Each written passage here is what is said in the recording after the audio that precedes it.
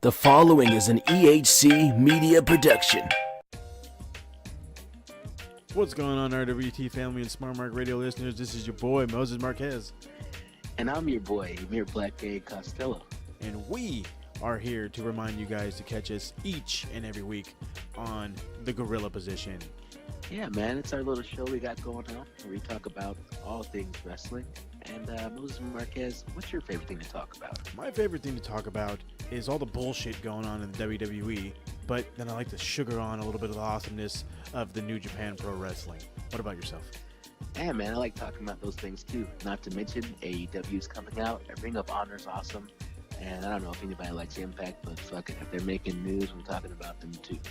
We're talking about all this and more, guys. So again, catch us each and every week on soundcloud.com/smartmarkradio, and of course on the RWT YouTube page. Every week, a new episode of the Gorilla Position will be up. So we'll catch you around the bend, boys and girls. Thanks for listening, and we'll see you soon.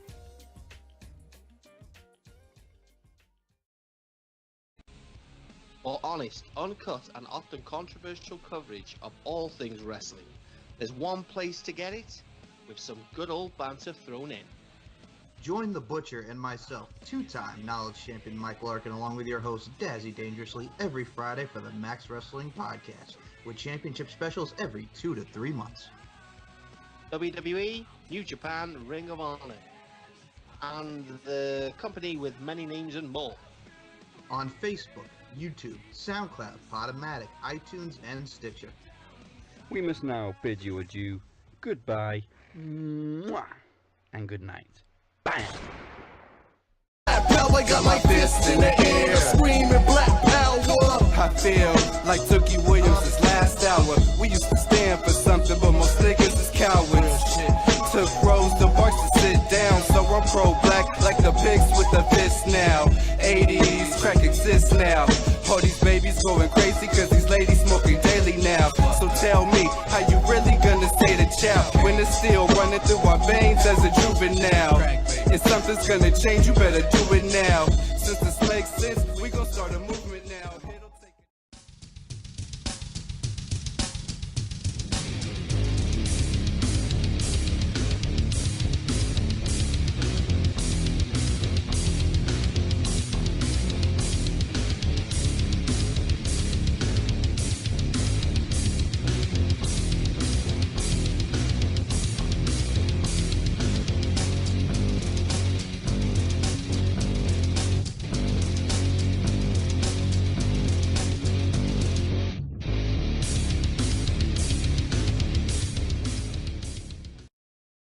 EWA. Do you play WWE 2K18 on the PS4? Would you like to play against other like-minded players in a very unique online league that's unique because we are more committed to storylines than just a straight-up competitive league. The league is still very competitive, but we also try to run things like a bit of a TV show. Check out the YouTube channel and the Facebook page in the description below if you're interested.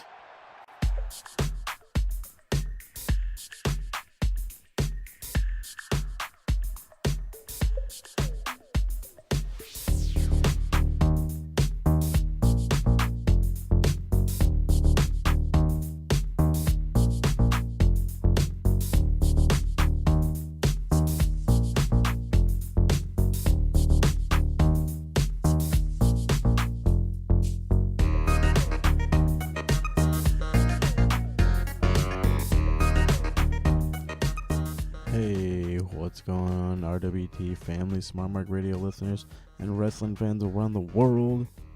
It's the Retro Show, Retro Rewind.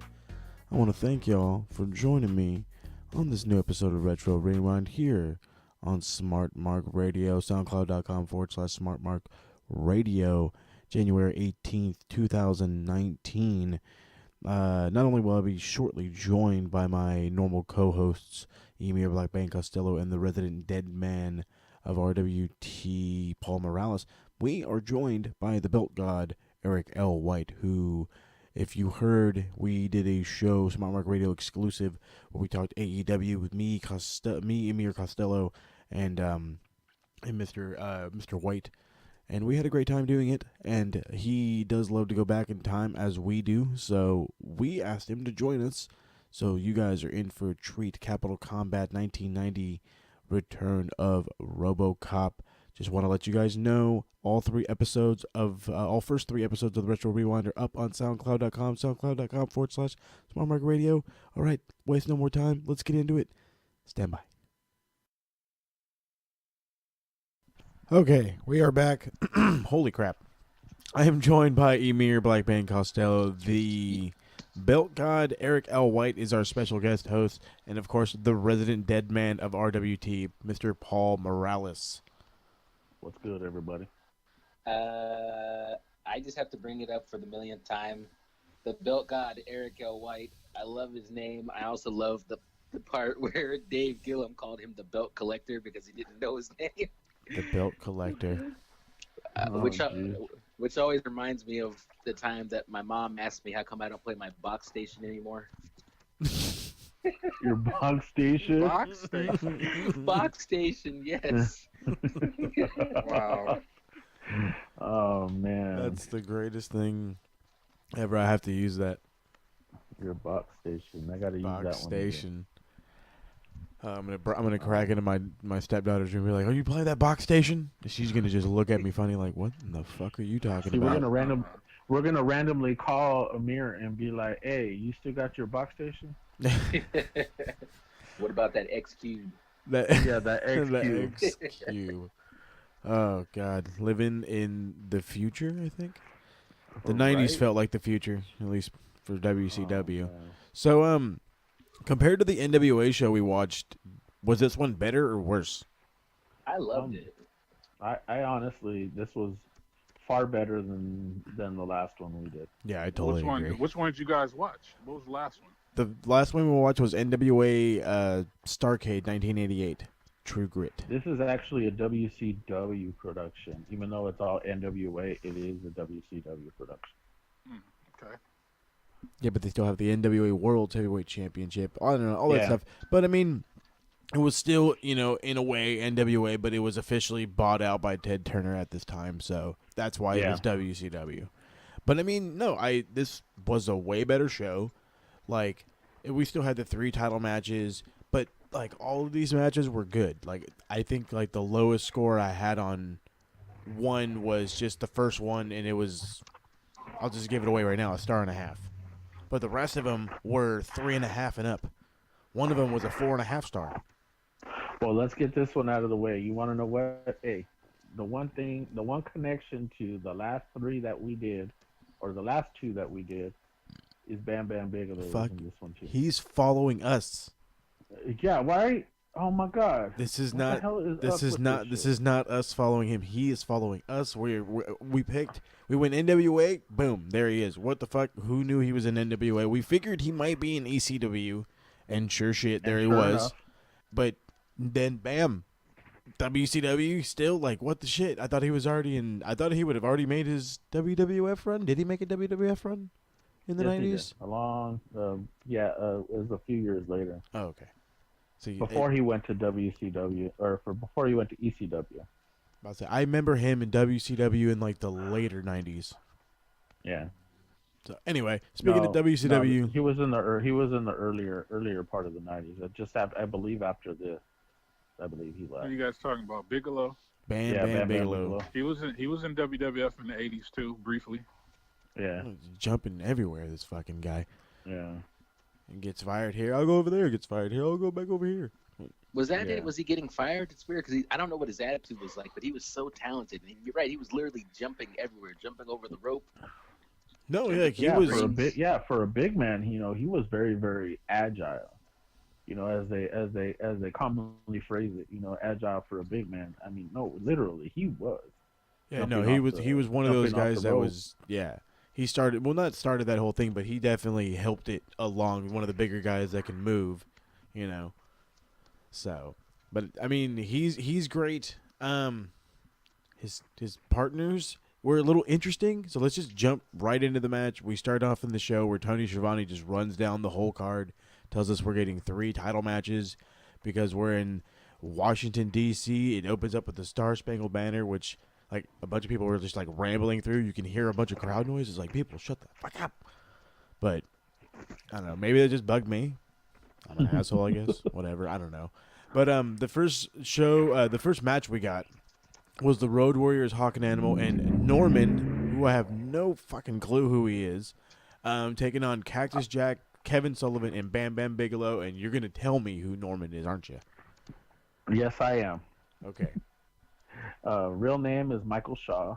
He started wrestling in 1981 for Vancouver-based NWA All-Star Wrestling under the name Klondike Mike.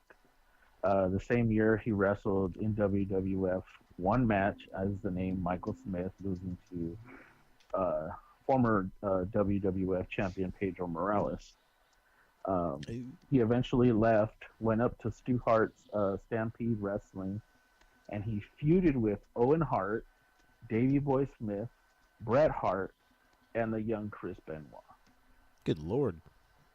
If you did not know him, he was actually Bastion Booger in WWF.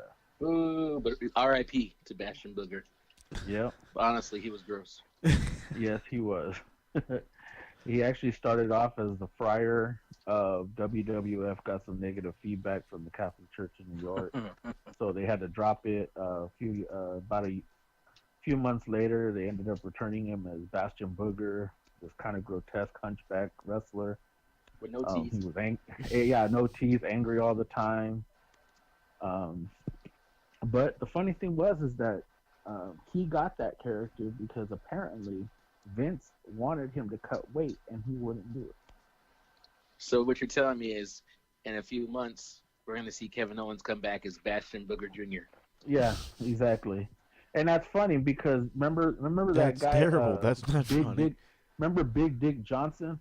Yeah, I remember that freaking. Isn't he a producer or something now? Okay, at the 15th anniversary, Raw 15th anniversary in 07, they actually Bastion Booger actually returned, and Triple H jokingly said that was his son.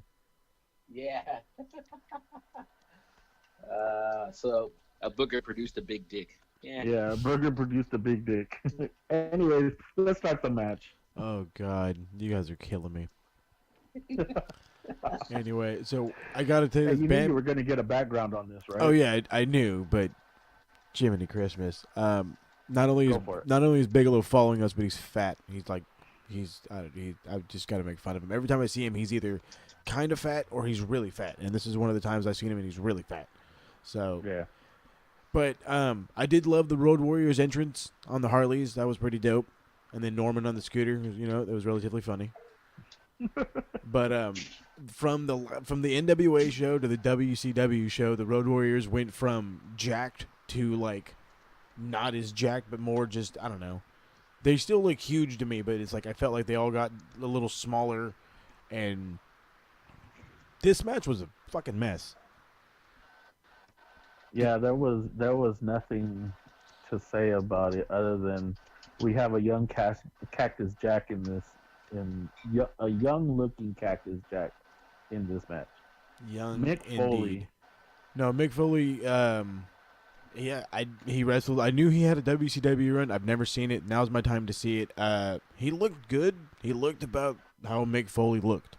Honestly, it's like he's never really adapted his style. He never really changed his style. He just looked in way better shape. Yeah, he was very, very. He looked more in shape of anybody who was there. If that's saying anything for this match. So here's my problem right now, Eric. You're not saying a damn thing. Okay. How do you feel about? Talk to me. What's going on? Like, do you like I said, the Road Warriors were huge in the 90s. Did you love the Road Warriors? Were you a big fan of the Road Warriors? Were you a Kevin Sullivan guy? The Varsity Club? I loved the Varsity Club personally. Well, the Road Warriors, of course, I was a fan of them. Like, I liked them more as a heel than a face. But the fans, they got over so much with the fans, like, they wouldn't let them be heels. That's why that heel turn, that last heel turn in WCW didn't go over well, because the fans wouldn't let them be heels.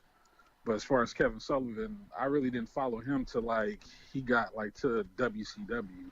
I really didn't follow him in the 80s like that. Yeah, that was my biggest. The first thing I noticed when I went back to watching like NWA shows, it was guys like Mike Rotundo and fucking. See, I always do this. Who's Rick the other Steiner. guy? No, not Rick Steiner. Oh, His, God dang it. Barry Windham. no, well, no, was he part of the Varsity Club? Yeah, he was a part of the Varsity Club. Oh at one no, point. Dr. Death Steve Williams. There you go, Steve freaking Williams. I keep I don't know. It's the Dr. Death part that kills me. That's what it is. Yeah. So, like I said, I'm just gonna go through this match. It just Cactus Jack looked pretty okay. Kevin Sullivan he got beat on. Bam Bam was pretty much just like the star of this. Road Warriors just beat on everybody. Like I said, this was a mess of a match. It happened. It was a lot of botches, bad clotheslining, constant no selling. Well, I feel like Cactus Jack, you can pretty much tell in this match of what he's going to become years later, because he was doing some over-the-top rope type, hitting the concrete type moves. No, I agree with you, but my thing is like, I don't know, maybe just because like that's how I've always seen Mick Foley. I was like, oh, okay, well that's just Mick Foley. But yeah, now that you rehash it like that, I can feel some type of way.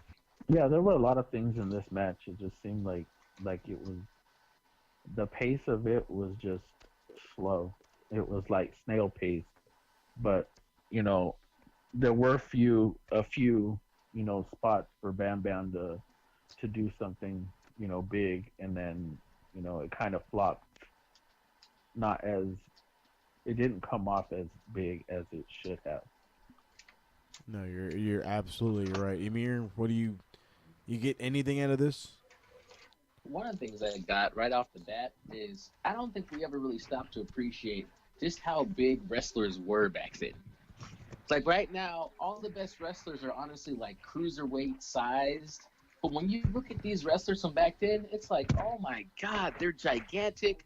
They're full of muscles. They got muscles popping out of other muscles. It's insane. And when I watch a match with the Road Warriors, I'm honestly never disappointed. Like those guys, great tag team moves, always work in tandem. And honestly, I enjoyed it. And as far as Kevin Sullivan, isn't he the guy that's kind of accused of accusing that Benoit tragedy? Yeah, they said that he was supposedly the one that killed everybody, and that and like framed Chris Benoit, right? Yeah, and framed Chris Benoit. So every time I see a Kevin Sullivan match, that's firmly like in front of my mind, and I have a hard time focusing on what he's doing, and I'm just more like, is this guy a stone cold killer who got away with it? Who knows, dude? Who really knows? Well, yeah, Norman the Lunatic probably killed, a few cheeseburgers, a few burritos, I'm pretty sure he went to, KFC and, knocked down a couple buckets of chicken, before this match, so. Right. Well, yeah. So I'm just gonna, like I said, I'm just gonna jump into my rating. I gave it away. It's a 1.5, and that's mainly because it was Cactus Jack, and then I gave the half a star for the Road Warriors because they're always awesome. I agree. I can agree with that. Yeah, I'm gonna go for it. Paul. All right, man. Man, we're gonna switch this off, man. Look, I'm gonna be with him, and I'm gonna give it 1.5. Actually, I'm gonna give it you could quote me on this. I'll put 2. Only one for the Road Warriors and one for Cactus Jack. The rest of this is just. I can see the full star for the Road Warriors. It was a yawn of a match. I gave it a 2, but again, I think a lot of how I rated this match is this is the first time I've really taken the time to go back and watch like Bam Bam Bigelow and the Road Warriors as an adult, and so it feels a lot different than when I used to see them when I was a kid. And still, even if this match was maybe like a yawn fest for you guys, it's still, for me, so much better than a lot of stuff I see in WWE today. So I at least gave it a 2. You gave it a 2? Yeah. You guys gave it 1.5. It's only half a point above y'all. No, I actually gave it a 2. I said 1 for the Road Warriors and 1 for Cactus Jack. I said the rest of it was just kind of, Yeah. It was just kind of like one of those matches. You just and don't get me wrong. I mean, I'm with you on the whole. It's a lot better than what we do see today in WWE. But there are some tag team matches that are okay, and we don't get that cohesiveness. That you usually get back then. With tag teams. Um, You know what else? Another factor, Paul, is and one of you guys alluded to it with the whole Cactus Jack thing. I think it was Eric. Is like it's hard not to watch these guys. That was Cactus Jack before he really became like Cactus Jack. So I'm watching it thinking, oh, it's Cactus Jack, but he's not there yet. You know what I mean? He's not really Cactus Jack yet. It's before he ever went to that level with the character, and so I'm expecting a lot from him, but then he doesn't deliver because that was before he was ever doing that, and that takes away from the match sometimes too. Yeah. Yeah, well, man. That go for it. No, I mean I was gonna say like best way to make a segment is Cactus Jack, Mankind. We're switching to Johnny Ace and Mean Mark. Mean Mark surprised the fuck out of me. Like when I was like, oh, Johnny Ace, whatever, it's just some asshole. I'm gonna go get some water.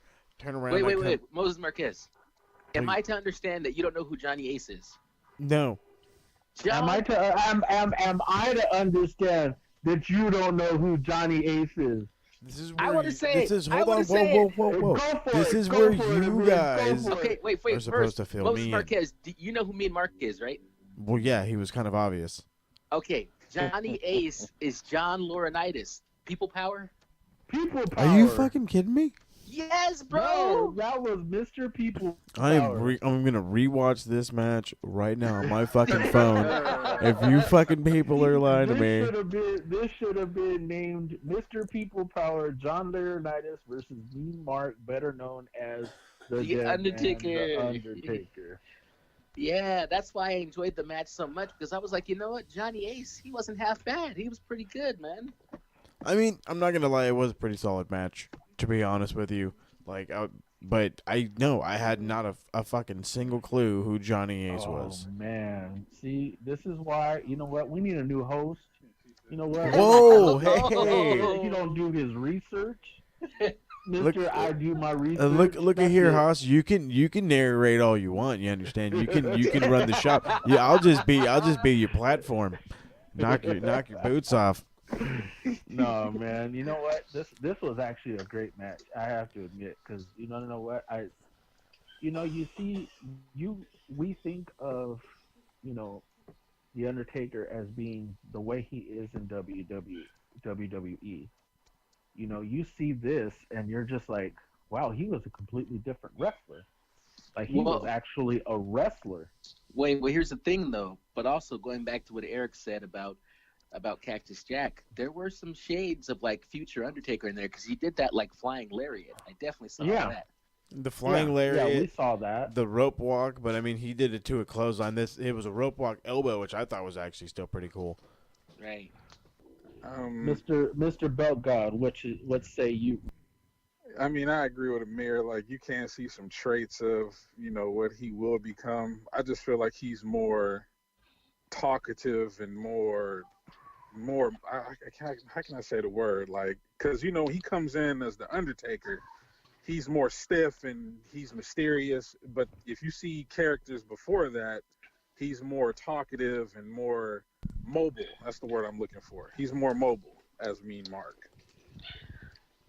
Yeah, I gotta say, seeing Mean Mark, and I think he was wearing trunks, right? That's like the first time I've ever seen Taker. Yeah, he was wearing trunks. But with you know with what? the gloves and cowboy boots. with that red hair, I enjoyed that version of Mark Calloway, Mean Mark. I thought that was like, let's say the Undertaker never existed. Mean Mark, still pretty good. Obviously not as iconic as the Undertaker went on to be, but I still enjoyed the match thoroughly. He wouldn't have gotten as big as a push if he'd have kept the Mean Mark character. Right. That's true, but I mean, no, I completely agree. Mean Mark was, I want to say, almost as good as the Undertaker. Like, if the Undertaker wasn't a thing, Mean Mark could have, in my opinion, could have definitely been something But so the first other thing I realized, other than saying "Holy shit, that's the Undertaker," was Teddy Long is not the lone ref anymore. He's a manager. And then apparently he has a match later on where he has his hair on the line, and I was looking forward to it the whole night. It was great. They billed Mean Mark at 6'9" and Johnny Ace at 6'4", but they looked relatively. I don't know. Maybe it was just me. Maybe Johnny Ace is taller or Mean Mark shorter. Does anybody know how tall Mark Calloway really is? Mark Calloway, I got him at 6'9", I believe. Well, I got him at 6'10". Oh, okay. Well, that's a world of difference. Yeah, 6'10". Fine. All right, I was off by an Fine, inch. whatever. Same thing my wife whatever. says. Just an inch, you say. So hold on. Let me text her real quick. Let me text her. Is it just an inch or more? Okay. The world may never know. Oh, no. The anticipation will kill them in the end. Windows over here. It's all good. They're loving every second of this. So, one weird thing I did hear JR mention was there was WCW watch parties, and apparently one was happening in San Diego in the 90s. I fucking doubt that. Can I say something else about JR? And I'm correct me if I'm wrong. The Slamometer. I mean, come on, man. Wait, hang on. Hang on, guys. Wait, I think they're going to... Oh, here comes the Slamometer. And that registered at... I mean, what the... He's like, wait, it's got to calibrate. It's got to calibrate. It's like, oh, my what? God, the graphics. I mean, I know it was what it was. Maybe for its time, people were like, yo, they really have like a Slamometer. That's crazy. But like, I'm looking at that and I'm like, come on, man. Well, the problem is because we're looking at it from the 2019 eyes. But it's still like, really? A slam? And then here's my thing. It wasn't even a slam. He gave him an elbow. Like, that's not a slam. What was it? A leg? It was a leg drop, wasn't it? No, it was his elbow from the top rope. When he did the rope walk. The elbow from the top rope. That was the Slamometer. And I think I don't know. I think I only saw it that one time. I don't know if they brought it back out again and I missed it. Nope, that was the only match. Check out the Slamometer for this random elbow. And mind you, exactly. it was also and that was the only one. That was it. And it was on the pre-show apparently. That's what everybody was claiming this was. That's crazy. Yeah. Oh lordy. Eric, any ideas on the Slamometer for an elbow drop? No, I mean, I just now, you guys just opened my eyes. I didn't even catch him saying that. I saw when you guys said it. I'm like, he really said that? And they showed it on the screen. They had the It was graphic like, and everything. It came up as like a 6. Hold on. Wait, I have the fucking score. An 8.2.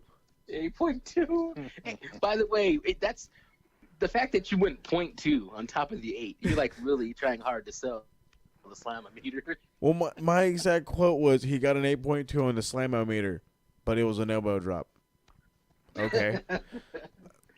I'm just I was baffled, but I will get into this match because this match was worth something talking about. Johnny Ace had control from the jump. He showed off his athleticism with a big crossbody arm drag. He goes all over the place. Mean Mark finally gets aggressive, sends Ace to the outside. They get brawling out there, big uppercuts, big stalling suplex, and then a big super kick. It just keeps going. Teddy Long, as a manager, is doing his job, getting his shots in here and there, and Ace, big leg drop from Mark. Then Ace is able to get a roll-up attempt, only gets a 2 count. But, I mean, like I said, Mean Mark looked mad athletic. All of his moves look crisp. That leaping elbow, that leaping lariat or the flying lariat, whatever you want to call it, looked excellent. It's like it had just improved over the years. It was great seeing it here. And, he does what I claim to be the Grand Metalik move, but without the actual springboard part. He does a rope walk and just big old elbow right down to Johnny Ace for the victory, and this was a really good match. This should have been the opening match. I agree. Yeah, this should have been the opening match. I mean, but then again, we got the bad one out of the way, and we were perfectly fine. Aside from the one that's coming up in a minute, yeah, this one was This one was actually a great. Yeah, we're not out of the better woods match, and just yet at bad matches. We actually got to see Johnny Ace, John Laurinaitis, for the first time wrestle. That was my first time. Now that you've informed me that's John Laurinaitis, I am definitely more. You're gonna have to go back and watch it. Oh no, I'm gonna rewatch it, and I think that's a match. Maybe my girlfriend might be interested. She watches the Total Bellas thing, so she's very familiar who Johnny Ace is. And you know what I was surprised about though? So I thought that that Johnny Ace would get into the ring and do like a little surfboard taunt. You know what I mean? Like he's surfing, and I didn't see him do that. Nope. But yeah, he does. He does that. He just didn't do it there for some reason. They were running on time, dude. They were like, "You got to go." You seen fucking Sullivan and then walking to the back as Ace is coming out, and they got the Road Warriors like veering to the side as Mean Mark comes out. It's like they're like, "Let's go! You guys are wasting time. You have no time for your bullshit." When he got inducted into the Hall of Fame, they showed his little video package. They had kept showing him doing that time, but maybe he didn't start doing that until later on. Yeah, well, I'm gonna give this match a 3.5. I enjoyed it. Mark was awesome. Johnny Ace was really good. Teddy Long was an excellent manager.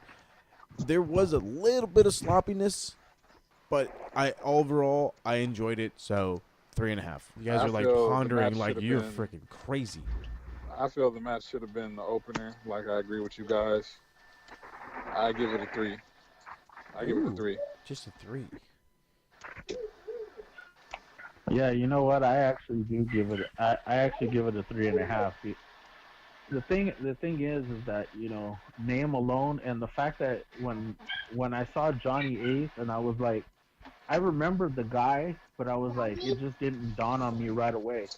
I did the research on him, and I was like, you've got to be shitting me. This is really John Laurinaitis. And once I was more invested in the match, and then I watched it like 3 times in case I missed anything. And I was actually pleased with the whole match. I mean, yeah, there were a few little hiccups here and there, but other than that, it was a far better match. And yeah, I gave it a 3.5 too. So I knew right off the bat that it was John Laurinaitis, and I was kind of like, I never saw him wrestle before, but I didn't expect literally anything out of this guy. And so when he came out and did what he did, and I felt like they really put on a good match, because I was so shocked, and it was so awesome to see Mean Mark. I never saw Mean Mark wrestle, and Johnny Ace like far exceeded my expectations. I gave it a 4.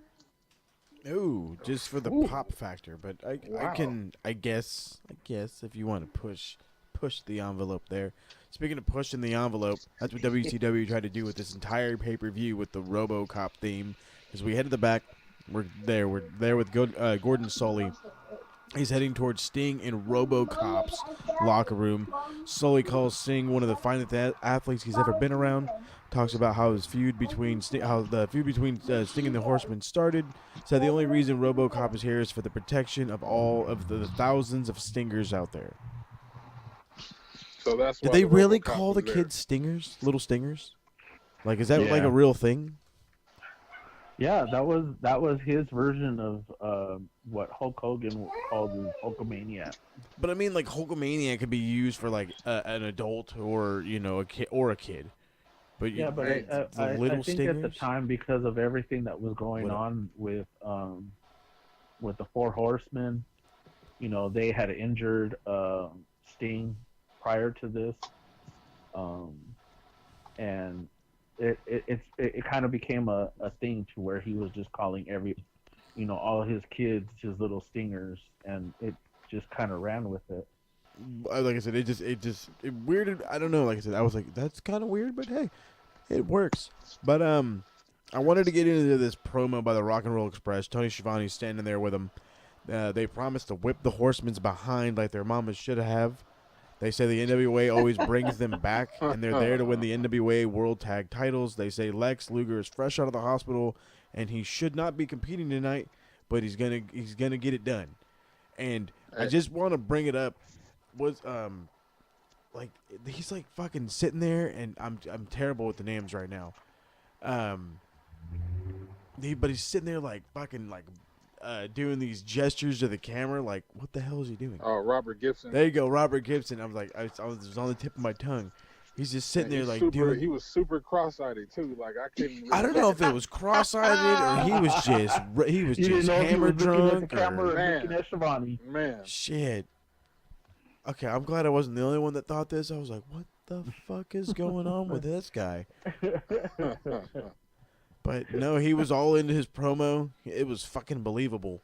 I was like, I fear for the Horsemen. They're for real just going to get their asses whipped. Just because this guy's crazy. And he's looking both ways. He's whipping everybody. So, like, are you that crazy? Yeah, I'm that crazy. Fucking speaking of crazy, this next tag match is a different kind of crazy. Mike Rotunda apparently is no longer Varsity Club, says fuck that shit. Levs Kevin Sullivan is now teaming with Tommy Rich, who actually looks like really good, but it's now Captain Mike Rotundo. Where's his boat? That's what I'm asking. Where's the boat? And they're against the Samoan SWAT team, Fatu and Samu. Who is Fatu? I was going to say, is it? Yeah. Yeah. It was so awesome watching Rakishi him. and his brother Samu. If you didn't feel like you were watching the Usos, get the fuck out of here. No, I felt like I was watching the Usos for sure. But I was like, when I seen it, I was like, Jesus Christ, Rikishi is tiny. Is this the original? Exactly. Is this the original Head Shrinkers? Yes, it is. Mm-hmm. Okay. But they were called. The oh wait, Islanders. I can't remember what they were called. The Yeah, Islanders. something like that. They were the Samoan SWAT team here. Yeah, Samoan SWAT team. That's what I was trying to think of. Right. Yeah, they were. They were the Head Shrinkers in WWF. That was their father was their manager. Yeah, this was. We all know the IOY family, right? We know the bloodline. Oh, we know. Lineage. Trust me, we know. I enjoyed this match, and it was partly because I felt like I was watching the original version of the Usos, but also because, damn, it was a good, like, Rikishi and his brother, man. They made that match really enjoyable to me. Really good tag team action, good selling, lots of high flying, great spots, and Rikishi didn't try to put his ass in nobody's face. You know what I mean? Like, that he was like the best a real part. Wrestler. Yeah. Yeah, because Samu wasn't one of the most popular of the family. Not like, within the family, but I mean of you sleep outside, Samu. As far as the family goes, but he made his mark. I mean, the Head Shrinkers were a great tag team. I mean, the Samoan SWAT team, they were a great tag team. And throughout the years, even after Rikishi left and and did his own thing, the tag team kind of went along for a while, interchanging, different brothers. We know, like I said, we know the lineage of the family, so it's like it was great that we got to see the younger versions of like Amir said, like the Usos, and that's just being real because these guys were awesome. Well, I hear you, but I don't look at them as the. I mean, yeah, you can say the young Usos, but I feel like they're a younger version of Haku's kids to me. Ooh. The Bullet Club, Tamatonga, and Tangaloa? Yeah. Wheels of Destiny. The reason why I say that is because they're more vicious, and them right here, the Samoan SWAT team, they was considered heels. So I look at them and I see that version of the Samoan family other than the Usos. That's just my opinion. No, I can get behind that. I mean, like I said, I get the Uso feel mainly because when I see Rikishi, my immediate thought is, it's actually him in a thong. But the Usos is a close second, But I mean, it's the truth, dude. It's what I grew up watching. I watched a giant fat dude in a thong. It is what it is. But I mean, they looked good in this match. I hated the fact that it took 45 minutes to do this stupid dance, and then they started the match, and then the match kind of dragged. But I mean, at least they did cool stuff, right? That's the part I didn't get too. Like, why is it taking so long for this match to start? Like it aggravated me. Yeah, somebody was in the crowd there was some guy that was in the crowd, and I guess there was a woman that was taking the garb from people, and there was a guy that was had a hat and glasses on, and I think he pinched her ass. Oh crap! And then all you see was security behind him, and then just like see him like grabbing him and escorting him back into the You're out of back here, up buddy. yeah, basically telling him, okay, you're out of here, and he's like, what? I ain't do nothing. Like, and she's just like looking, and she's walking away. She walked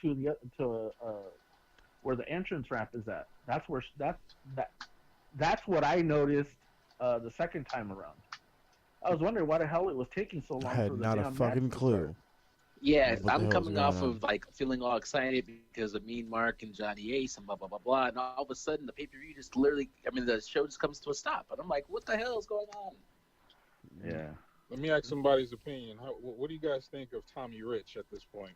Okay, I'm gonna again, and I'm gonna keep hearing this. I don't know who he is, but for a guy I don't know, he's pretty fucking good. Well, at this point, this is what I do know about Tommy Rich. He is a former NWA heavyweight champion. He didn't have a good title run because people thought that he was too weak to be champion when he won the title. People thought the same about Ronnie Garvin. He beat Harley Race for the belt. Yeah. You know, but this is like kind of like almost late in his career before he became part of the York Foundation. So he had a pretty okay career.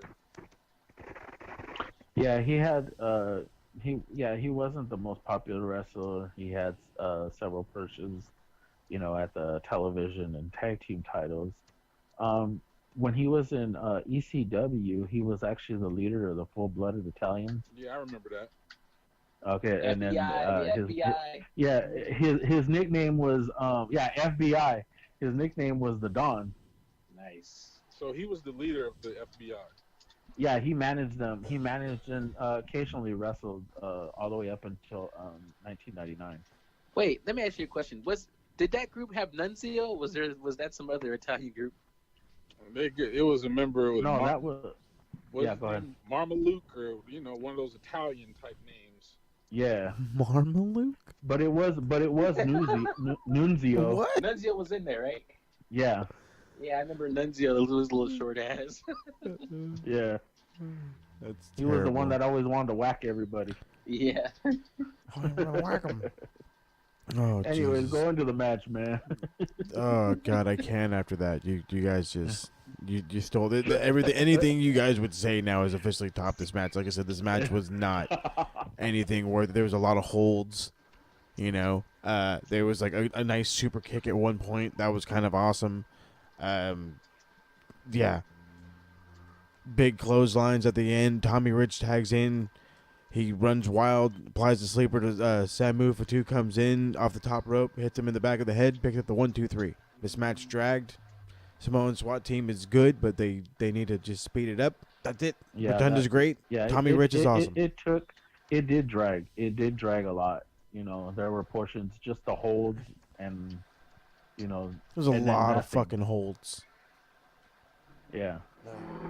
There was a lot of error. I mean, and as much as you can hear JR trying to describe things, I mean, he sounded more excited about the match than the match was exciting. Yeah, that's for sure. Emir, any thoughts? If you don't mind, I could jump straight into my rating, to be honest. Knock your socks off. Hey, Amir, I thought I was the only one thinking that right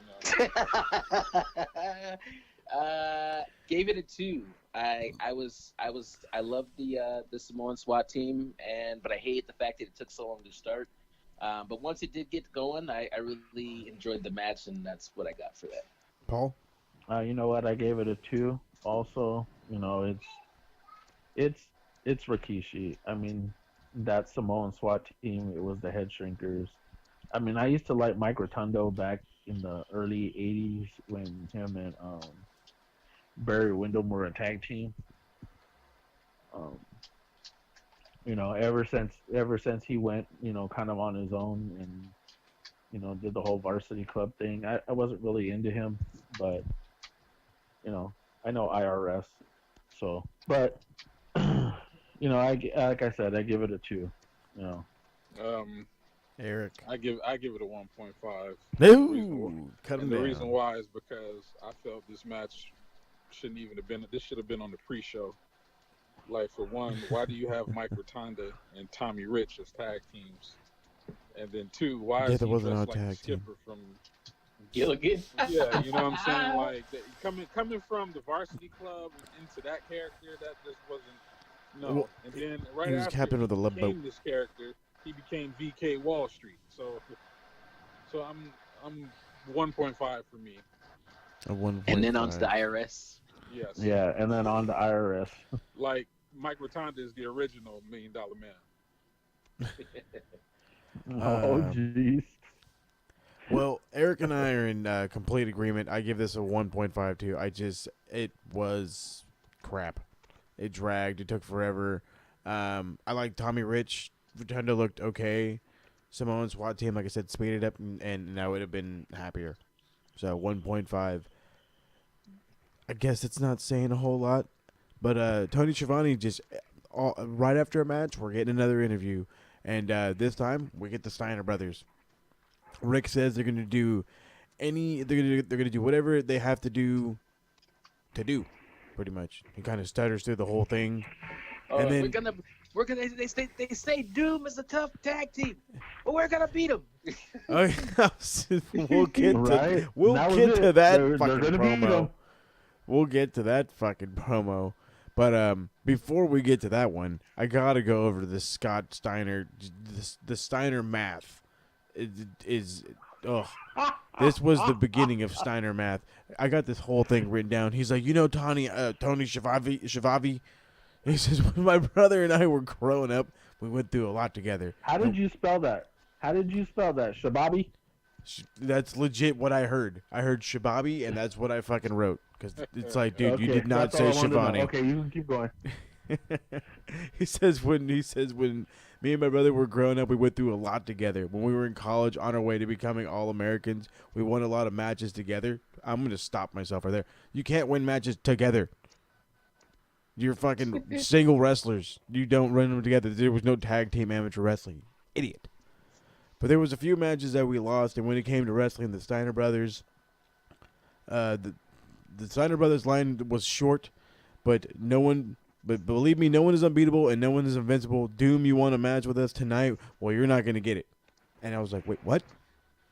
But we are going to get it. Yeah, it's like the match is booked. I felt happening, sad bro. that he was on the microphone. I'm like, hey, somebody cut to the next scene. Help him out, man. But no, instead, right? They'd let him keep going. He's all because I've never been a fan of the Steiners' mic work. It was just a bunch of rambling. It was like, how the hell did these two graduate from Michigan? Who said they graduated? Just because they wore that Letterman jacket doesn't mean They they just said they went to Michigan. I don't ever remember hearing them say they graduated. No, they actually graduated. It's wrestling. Like, it's fake. Honors, No. good grades, but it's No, It's fake. no. God This is damn what they it. did, Eric. They went to Michigan. They bought that jacket and they got the hell off the campus. No, they didn't even buy it on the campus. They saw some fool outside bootlegging them. That was an imitation Letterman jacket. That wasn't even, dude. That was like Michigan, from the school down, high school down the street. That wasn't even Michigan, the real college, real university. Oh yeah, that was like it was like Middletown High School or something is what the M fucking stood Mitchell for. High School right there down the street. That was where they got it at. Just using the same colors, in Ann Arbor. So happened to get lucky. It's so go popular. Wolverines go. Go Wolverines go. Scott tells him that my brother's gonna suplex you on your head. He's all, and I'm gonna give you a clothesline. And when all is said and done, he's all, you're gonna end up like everybody else, beat up. And I'm like, well, that's what happens when you're in a match. Wait, no, Scott. My brother's gonna suplex you on your head. That's pretty good that he's able to call botches ahead of time. Oh, fucking A, right? dude. It was like I was like It's when I was listening. It's a good thing when they got to WWF that they actually had writers to write stuff for them, because this was just it was just an abomination, for lack of a better word. But something that wasn't necessarily Abomination, but I thought it was when I first saw the actual, name on the card. Teddy Long versus Paul Ellering in a hair versus hair match. Yo, wait. Thought this was gonna be crap. Why was Paul Ellering? Why did Paul Ellering have so many muscles? That's what was crazy to me. He's a former power lifter. He was a power lifter. My dude was Did you not know that? He used to be a wrestler. He used to be a wrestler and a power lifter. I didn't know either one of those, but guess what? You definitely couldn't tell that he used to be a wrestler by that match. That's for sure. But his body, I was like, wow, that was crazy. Amir, have you seen him in the War Games back in like the very first War Games? Let me tell you something, Bell God. Everything I'm seeing for the first time. All right. So I'm going back in time for my first time. Paul Ellering was in a couple of the first War Games, and he did pretty good. Yeah, we're gonna be doing a few of those as we keep going along in this series. So we'll eventually get to those. We'll eventually get there. Yeah, we will. I'm glad. You know what? The one thing is that I'm glad we're doing this because I could start throwing out stuff to you guys, and you guys are gonna be like, "Oh, what the hell? I never even knew this." This is where I get to throw my specialty up in here. Well, I mean, you already did pitch one that I think is gonna be like a killer show because the card just looks awesome. I'm not gonna spoil it yet, but like I said, I'm definitely looking forward to it. And that one's definitely on the list. We do got to do the Rumble one, though. But we first got to finish this one. This match went quick. Teddy Long came out in boxing gloves. He landed a couple of shots, and then all of a sudden, Paul gets him by the throat. And he came out with a jerry curl. And he came out with he comes out with a jerry curl and gets shaved. This was funny. They shaved like 3 curls, though. I mean, come on. Yeah, they barely did anything. Basically, Teddy Long was like, look, we've been on the road, and I haven't had a chance to get a haircut, so just line me up, brother, and we'll call the man. Just line me up one time. With his hairline all the way in the back of his head. He was hanging on to every last curl. He's got a 24 head. Exactly. Oh, Lord. Well, I'm just going to jump into my rating. I gave it a 2 because it was entertaining. But, I mean, it wasn't like a waste of my time or anything, but it was just like, it wasn't really a match. It was just out there so he can get a haircut. But, I mean, like I said, it was entertaining. I'm going to give it, here's the thing. Let me explain my rating. I'm going to give it a 1. It was very entertaining.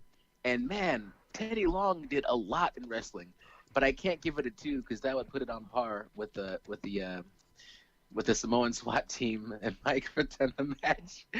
Entertainment-wise, it was there for me. Oh my God! Yeah, it was entertaining, man. I would have gave it a 2, but to me, when you have a lose your hair match, you better lose all your damn hair. No, I completely agree. That was definitely a lackluster finish. Belt God, go for it. I give it a 1.5. Ooh. No, I take that back. I give it a 1.25. for the humor in it, I don't know the reason behind it. If they was to say, well, you know what, since I'm the manager of Doom, you're the manager of the of the Road Warriors, and they was in a feud, I understand this match, but this was like a pointless match to me. Yep, just random as fuck. I give it a 1.25. Okay, for those of you who have already tuned in and watched our second show, Teddy Long was refereeing every match pretty much. He was and one of 3 he had refs. A small little fro.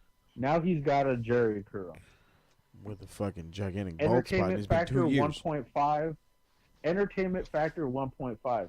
For the fact that it was even a match on the card, dude, you guys could have just did this on the pre-show, but no, this was technically the opening match. It was hilarious. It was hilarious to see Teddy Long out there in boxing gloves, a damn freaking headset. That he was gonna take shots to the head, and he out there swinging for the fences and hitting Paul Ellering. And for that, it was it was a 1.5 for me.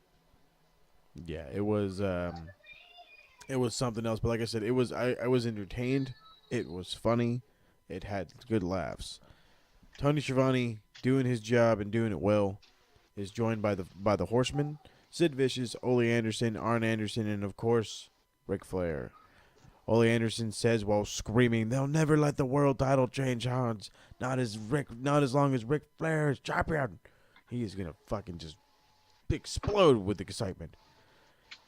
He says, he always says Lex Luger. If Lex Luger shows up tonight, it'll be the last breath he takes in that ring tonight.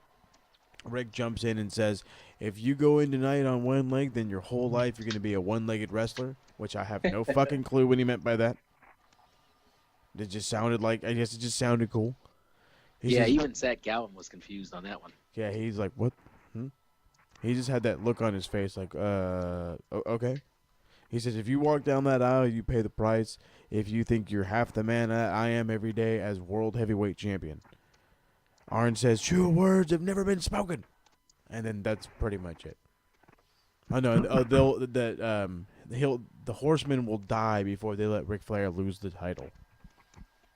So I guess let me not say anything. No, feel free. I was gonna say, so I guess they died at the Bash, the next pay-per-view then. The man who knows his history. Right? No, like I said, if you're not wrong. When they died because the next show, there goes the belt. Yep. But still, excellent promo. I love the Horsemen. Their promos are always great. Ric Flair is incredible. Yeah, but Sid don't ever say a damn thing. Which is Sid didn't great. have no mic skills at the time. Which is Can I ask great. you guys- Sid didn't have a vocabulary at the time. Weren't these Right? guys? This is what I don't understand. I thought they were the four, specifically the four horsemen. Well, I think that very became a much- thing in WCW, honestly. I think it's always been like the Horsemen. Would they throw up their hands and make that four symbol? Well, okay, hold on. No, it was Barry it was the Windham. Four Horsemen. Barry It was Windham. Arn Ole. Arn, I saw Ole, five Rick. horsemen that night. Oh, yeah, I saw five. Well, I don't think Sid's. I think Sid was more or less the bodyguard. Yeah. But he wasn't. He wasn't no I don't horseman. He was not a necessarily horseman think material. was he wrestling? He was wrestling, right? But he didn't wrestle them as the Four lost. Horsemen, along with the Four Horsemen. Well, technically, it was Barry. Like Ole was like at that point down in his career, so he was pretty much like they spokesman / get involved. Him and horseman. JJ Dillon. Yeah, he pretty much took over JJ's role. Oh, okay. Then that explains it. All right, so the next match we have is actually an interesting one. The Z-Man and Flying Brian Pillman, who, again, this is like the first time I've ever seen him, like especially this early on in his career, against the Midnight Express for the U.S. Tag Team Championships. Jim Cornette is in. Emir, can you guess what he was in? Huh? Without looking at your fucking notes? He was in the goddamn short cage. Sidebar, that's one of my favorite belts. Man, let me tell you something. When I saw that Those are shark awesome cage, belts. when I saw that motherfucking shark cage, I said, "God damn it! Just once, I want to watch a wrestling show." I almost turned it off. I was almost done right there. Really? And they had the nerve to not even suspend it. All right? Nope. It It's just just fucking sitting sat on the there. ground. I'm like, Well, Just Amir, like a fucking the reason why they didn't, because Cornette went in one of those before and he blew out both of his knees, so they wasn't gonna take that risk again. They're like, we're not having it here. Oh, lordy lord. Yeah, no. But I mean, the shark cage thing, it was something else. But this match, way to crank it up. This was a good match. Like, holy jeez. I was very impressed with the Midnight Express. They waste no time. They jump their opponents right from the gun, and then Brian Pillman and the Z-Man, they just make them pay. They just come right back. Cornette gets laid out by the ref, and then gets locked in the cage. Like, would the ref legit just like get the bam and threw his ass in the cage? It was awesome. Frying Brian's doing his thing. He's getting crazy on Bob Eaton. Takes to the tops off his offensive flurry with a diving clothesline. Stan shows off his athletic ability with a leapfrog, but Z-Man gets a hip toss. Bob Eaton tries to help his partner, but ends up getting hit with a drop kick, and the champs are in control early, and it stayed like that. Eventual comeback from the Midnight Express. They're using their double team work. They're trying to get everything on their side. Slingshot backbreaker to distract Pillman. He had a nice roll up. You can count to 100, but the ref had his back turned. Pillman tries to make a comeback on Bob Eaton, but he hits a big leg drop. Somehow finds the strength to kick out. Pillman is just getting beat like crazy throughout this whole match. Z-Man finally gets in. Hot tag. Midnight Express is able to hit the rocket launcher, but of course Z-Man's kicking out. Pillman hits the ring, helps the Chaos Sweet Stand, hits a kick to the back of the head, picks up the win, and new tag team champions, U.S. tag team champions to be exact, the Midnight Express. Holy crap. This was a good match. There was a lot going on in this match. Oh, trust me, I have a lot more written down. We've already been going for a minute. I'm just paraphrasing everything. Trust me, if I read this whole bit, we'd be going past midnight. And I mean, that's for all my matches, okay? Like, I got a book here. So I try to give just the highlights of it. But like I said, this was a really good match. Like I said, the last time we saw the Midnight Express was against the other Midnight Express. And it was good. It wasn't great. It wasn't spectacular. It was good. This was great. Yeah, man, I really enjoyed the match itself. Wasn't a big fan of the finish. No, I wasn't either. I just don't get the part where, like, honestly, that kick to the back of the head or whatever, not super impactful compared to everything else that happened in the match. Yet that was enough to get the pinfall. Well, Emir, you have to remember, man, this is the 90s. Ooh, Yeah, Lord. see, that's what I'm saying. Wait, Eric, that's my whole thing. Why are matches? The last few pay-per-views that we watched, most of the matches don't actually end with finishers. When did finishers start? That's true. That's a good question. Well, I mean, there's always been a few finishers here and there. Like the Midnight Express does have the rocket launcher. They've used it before. You know, Road Warriors and the Doomsday Device. Flair and the Figure 4. Ronnie Garvin and the Garvin Stomp. Which was bullshit. Yeah, it was bullshit. It was bullshit, but I mean, a finisher nonetheless. One of the most wackest moves I've ever seen in my life is Ronnie Garvin's but he stop. won. But he used it to win the World Heavyweight Championship. Okay, I'll give you that. So, All right, well, you've seen Hulk Hogan's leg drop, so. Oh, Jesus right, Christ! And that's not even that ain't a damn thing. A big boot and a leg drop and 1, 2, 3. Okay, all Wait, right. hang on. How about John Cena's new move? The random man, like started on that bullshit. come on, I don't. Yeah, let's just not. Yeah. Right? Something. Oh, just man. something. But like I said, I enjoyed this match. The Midnight Express is excellent. Brian Pillman was just great for a young guy. I really didn't see any flaws out of him. I thought he was polished. I thought he was doing great. The match had everything it needed to be, except the ending was a little screwy. That's exactly what I wrote. But I mean, I'm gotten used to like random abrupt finishes in this, early stages of like wrestling. At least in my opinion, from the 80s to the early 90s. Like I've gotten used to the random abrupt. Oh, bam! This one thing happened, and it's just a little too much for the guy, and it kicks out right at 3. Yeah. So.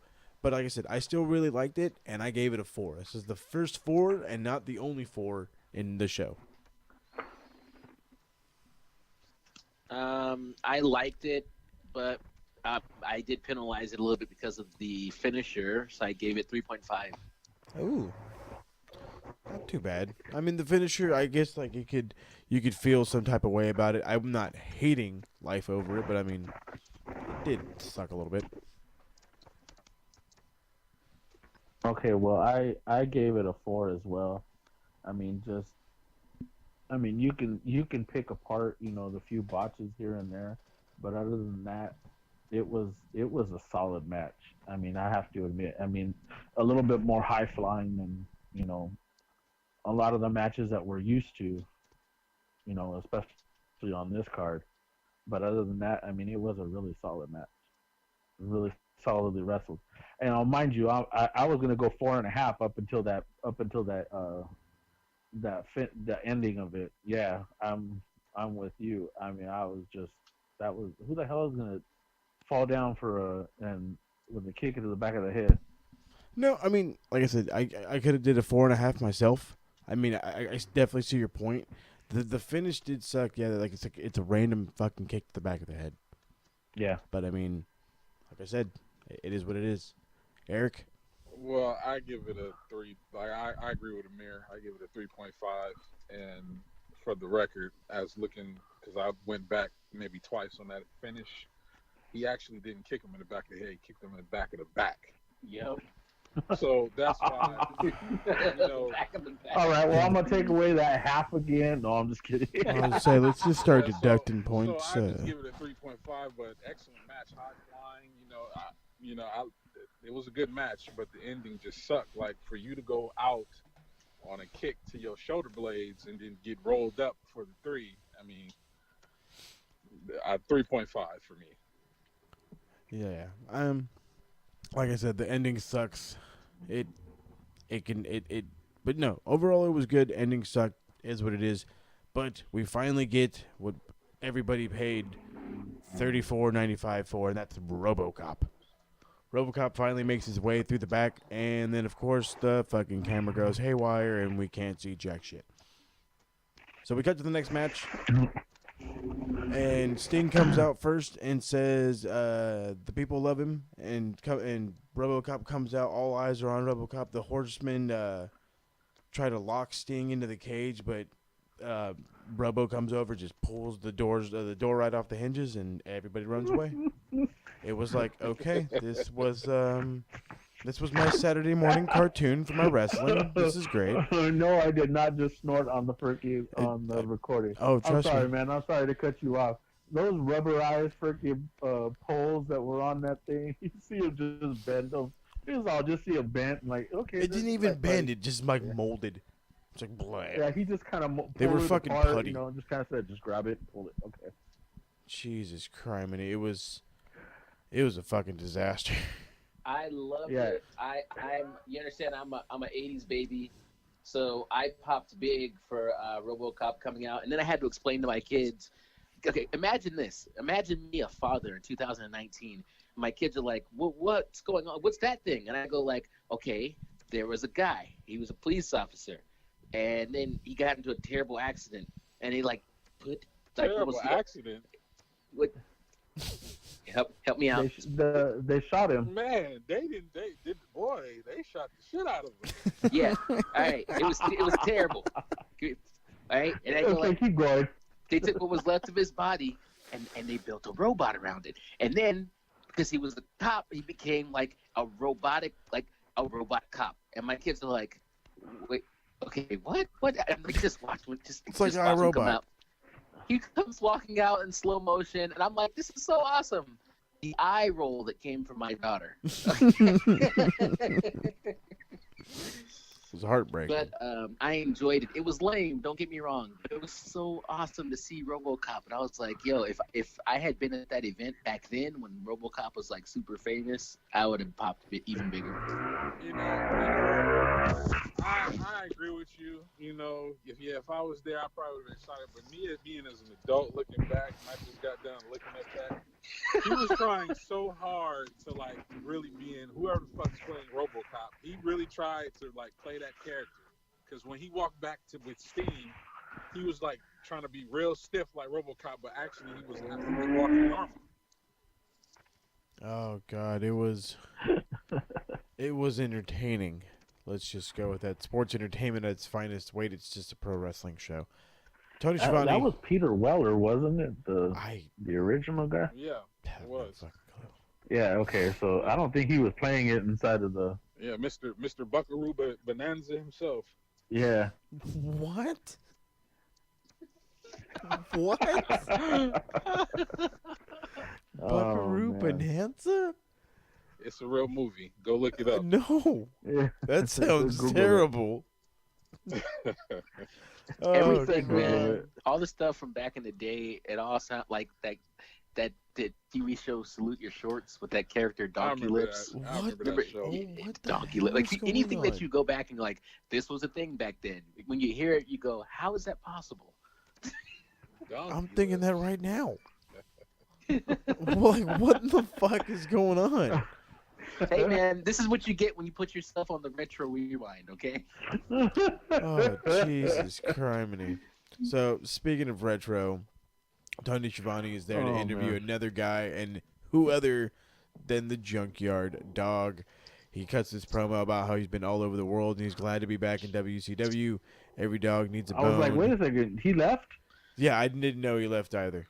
But I was like, okay, cool, whatever, right on. The pay-per-view we did a few episode 2, wasn't that in It was 88. Yeah, that was 89? But wasn't that NWA or something? Well, again, NWA Yeah, got bought out by Ted Turner. So that's why it's WCW. It's the same exact okay, promotion. that's why he left. In other words, he left after that went from NWA and came back when it was WCW. Okay, I got it. Okay, he thought it was a different promotion then. He's the original R-Truth. Oh, my bad. Yeah. Oh, my bad. Oh, my bad. I came back. Oh, I was in the wrong place. Oh, my bad. All right, keep going. Sorry, my bad. Keep No, going. you're all good. Jim Cornette does his. He comes in, interrupts Junkyard Dog. Cornette rambles about the success of Midnight Express. He says, they've been winning championships, and where have you been? He says, I've been at 845 Dareberry Street, Louisville, Kentucky. He says, now, do you know where that is? Cornette screams, that's my mother's house. He said, that's right, I'm your daddy. Oh, it was. Oh, I rewound it, and rewound it, and rewound it, and I laughed and cried. It was the greatest. I was with your mama. He said, I'm your daddy. He said she liked it long dick style. Oh. It was excellent. It was absolutely excellent. It was the greatest. Right after an excellent match, we got a just like the greatest promo I heard. It was too awesome. And now we get another awesome match. We get the Rock and Roll Express against the Freebirds. This is a strap match. And strap matches can be really awesome, and pretty much for the most part it was. The Freebirds entrance was awesome. I love their crappy promo, but I mean, it's like these guys came out. They were ready to go. It was. God, how can I put this match? Like, I have so much written down, and I'm just trying to lay it down. The best way I can explain this is the Rock and Roll Express. When they had the upper hand, they beat the shit out of the Freebirds. They beat the shit out of them, whipped them like crazy. They got a hold of both whips, just would go crazy on them. Gibson would get a few shots in, and then all of a sudden the comeback happens. Freebirds get slow momentum build as Garvin begins to work over Gibson. Garvin yelling at the ref to telling him, "Don't tell me what to do." I love when they do that. That's just awesome. You don't tell me to do my job. But they yell at the ref all the time. That was 3. It's like, dude. No. The tags in and tags out. It was none. funny. There was none.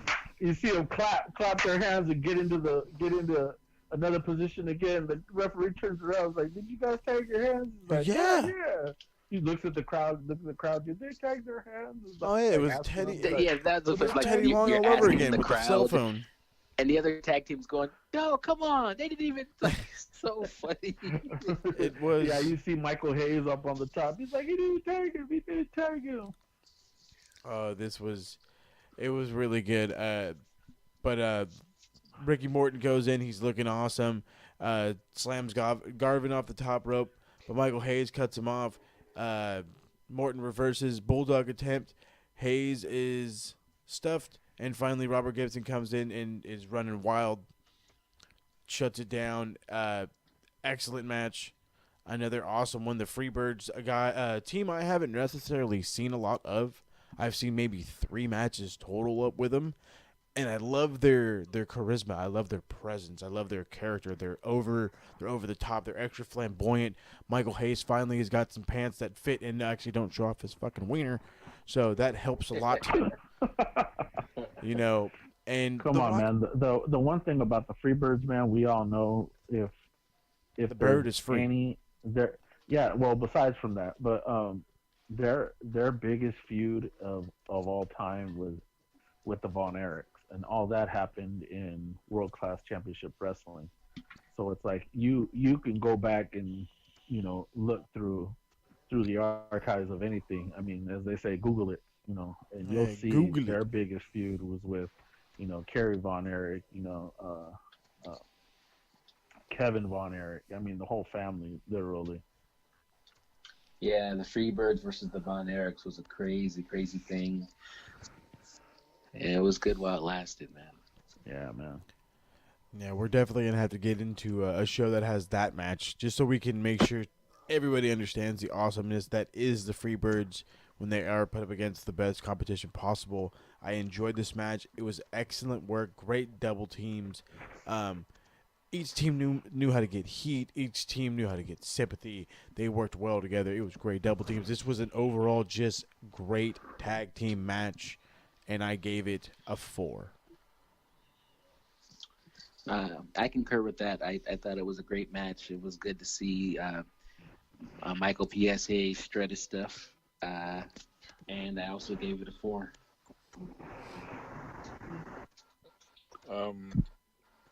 I agree with you guys. It was a good match. I give it a 4 also.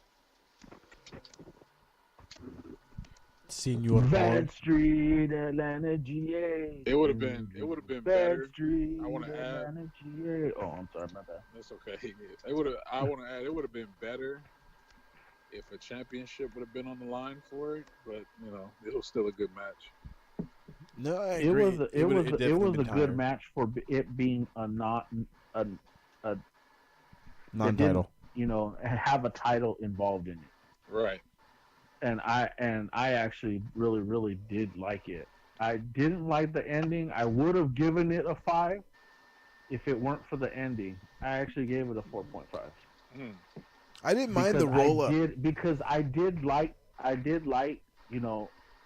that was what tag teams were about then. They were very much cohesive.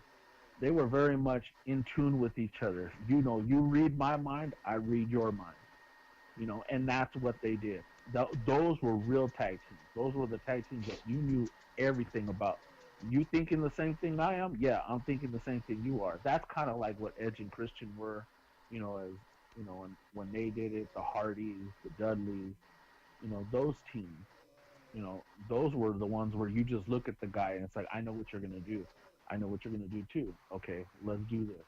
But that's exactly what these two teams, for as many years as they've been together, and I know JR said 8 years, yeah, that's what happens in 8 years. You get to know that partner of yours. Well, they definitely they are a well-gelled team, well-oiled machine. But yeah, they're excellent. Like I said, it was an excellent match. It was excellent. I didn't mind the roll-up. I mean, I could see how it was a little lackluster, but still really good. Emir, did we get something from you? Yeah, I went right after you. I That's right. went with that 4 that you gave it. I thought that was accurate. I just want to make sure everybody gets their time in. Tony Schiavone making sure he gets his time in because he's fucking interviewing everybody. Jesus Christ. Doug Furnace. Who the fuck is Doug Furnace? He's a power lifter or some bodybuilder or some bullshit. Right? Am I wrong? Somebody correct me? Anybody? Yeah, he's Bueller? supposedly supposed to be the world's strongest man. Yo, when Bullshit. I heard that, I He's was no like, Mark Henry. okay. I was That's where like, they got it from? well, it said He's this- no Mark Henry. that is no sexual chocolate right there. I'm sexual Right? chocolate. He's no Amir. Yes, Amir. he's no mirror. That's my boy over there. Woo woo. Sexual chocolate. Chocolate Thunder. Chocolate Thunder.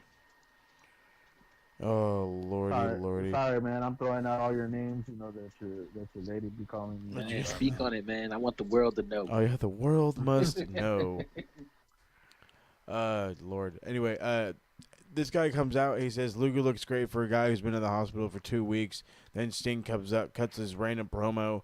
Says he would do the same thing if he was in Lex's position, but he knows he's hurt, and it's his body and his choice. So he says you're going to see Luger take the title tonight from the Nature Boy, period. And off he goes with his crazy face paint and his fucking super blonde hair. Well, got to jump right into the next match. God bless Sting. God bless Sting is right. Sting is awesome. He's always so full of energy. He's like always constantly over the top when he has no reason to really be. He was out there for a regular promo, and you felt like he was just going to explode. He was ready to go. So, we have the next match, which is the tag team title match. Doom, Ron Simmons and Butch Reed taking on Rick and Scott Steiner, the Steiner brothers. JR says... The natural Butch Reed. Yo, I gotta say, just like when the Samoan SWAT team came out earlier in the night, here were two guys that looked really like they looked like exactly like each other to me. No, they really did.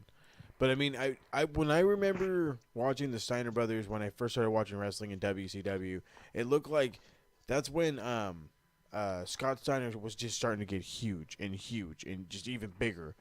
That's when he was becoming Big Papa Pump. But it looked like Rick Steiner was always getting just a little smaller. But right now, like as we've seen in the last NWA show, he's still fucking huge. So, and that's what I'm going to try to bring up. They said Scott Steiner didn't wrestle in the heavyweight division. I'm like, bullshit, he didn't. Look at that fucking guy. Like, he's gigantic. There's no way. But apparently there's a way. So I never heard of Ron Simmons' tag team partner. Butch Reed? Yeah, I never heard of him before that night. Oh, man. Neither have I. Man, oh, man. Yeah. Yeah, you know what, Amir? You really do need to watch a few old schools, man. Butch Reed's name ring bells, like especially back in the Mid-South. Oh man, he looked like he was a beast. You know, and like I said, him and Ron Simmons, they look like they could damn near be twins. You know. You know what? Him and let me put it to you like this: Mid-South is Memphis territory, I believe, right? Yeah. That was okay. So his tag team partner was Jimmy Anvil Neidhart. Nice. R.I.P. to a legend. Another legend. Mid-South was that Bill Watts' promotion? Yeah, that was Cowboy Bill Watts. Okay. Yeah, see, because we old and we know these things. Because fairly American. What? Because we're old and we know these things. Wait. Okay, yeah. That's what you fucking said, bro. I'm just copying what you said. I'm not old. Okay, I'm not old. Anyways, so I love how Rick Steiner just grabs the do-rag off of Teddy's hair and just throws it into the crowd. He's like, oh, what the hell? It is a little fucked up, but it was still pretty funny. When I think about Teddy Long, by the way, Teddy Long is on this card and Ric Flair is on the card later. I just can't help but think about Teddy Long saying, "Hey, Ric Flair would just come up to me and go, 'Hey, nigger.'" And I'm like, whoa, Jesus Christ! Like, just think about it. For as much as he was doing in that ring, you know, managing these guys and being a referee, all the things that he was doing, and all these guys that we look up to. Because when we talk about the Ric Flair match, I'm going to tell you how I thought he was the man. But the fact that he was walking around calling Teddy Long the N-word, that's crazy, like what Teddy Long was going through just to try to work in that environment. You know what I mean? Oh, yeah. No, you're not wrong there. And the finish of this match should be pumped up even higher, because if that was, in this era, if it was acceptable for white wrestlers to just refer to black wrestlers as the N-word, but black wrestlers were still capturing titles, says something about the business, you know? That's true. Definitely shows that they, I guess they don't feel that way. It's not a degrading thing. It's just like a way to get heat, which I still don't like, but whatever. I mean, it's old, it's gone, it's past, it's no more. Now everything's extra scripted, and we see the bare back of Alexa Bliss, and we're supposed to get Randy. So, and then fucking Mandy Rose has the same amount of clothes on as she does her ring gear, and again I'm supposed to get all excited. This is why we do the retro show, because this is much better. Much better. Exactly. So, this was an excellent match. JR mentions that both Steiners got a degree in education. They were going to be school teachers. And Bob Cuddle says, I bet they would know how to control a class. Yeah, they just start fucking suplexing kids everywhere. Shut up, Billy. Bam.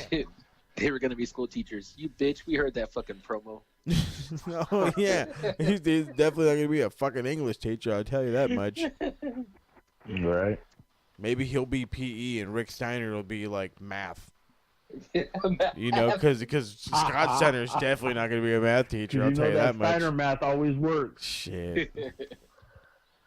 If that Steiner, if he was a math teacher, I would feel bad for any kid ever that stepped foot in that classroom.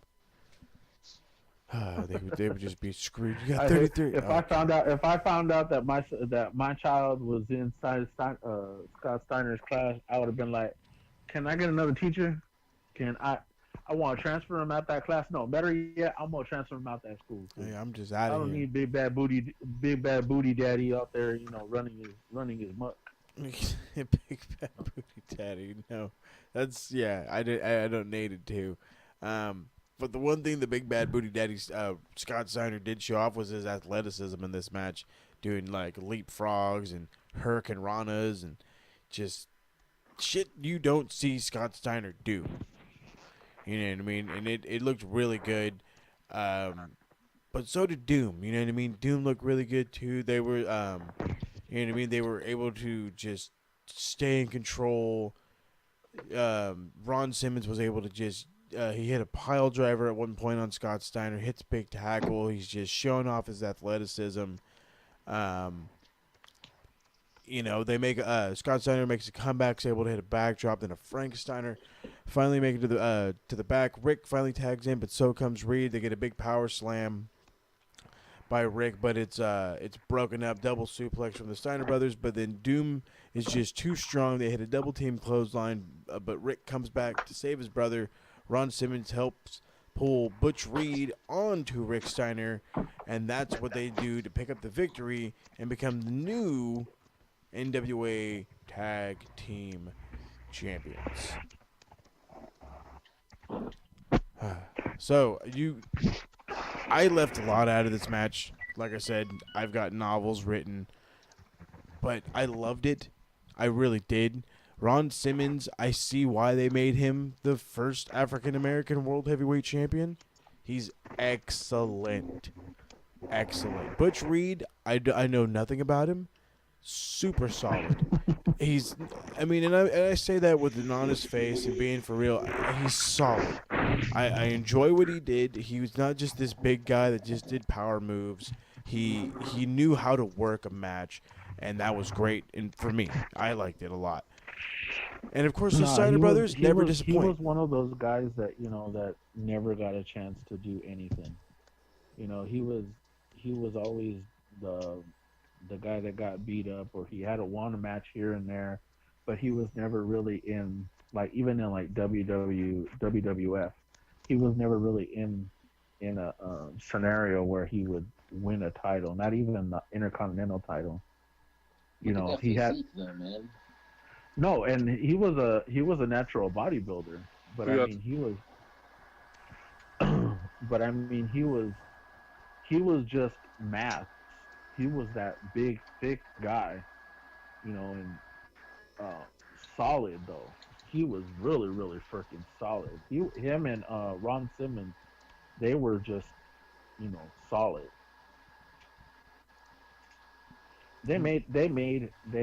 I'm glad that at least, there were some places, like Mid-South, like Eric said, NWA, / WCW, they gave him an opportunity, to have, get a title at least around his waist to, so he was recognized as something other than just a background guy.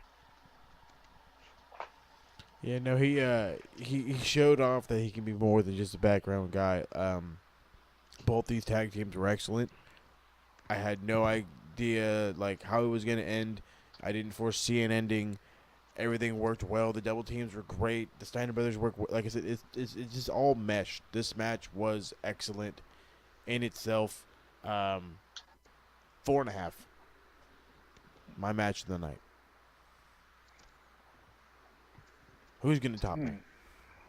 I really enjoyed the match.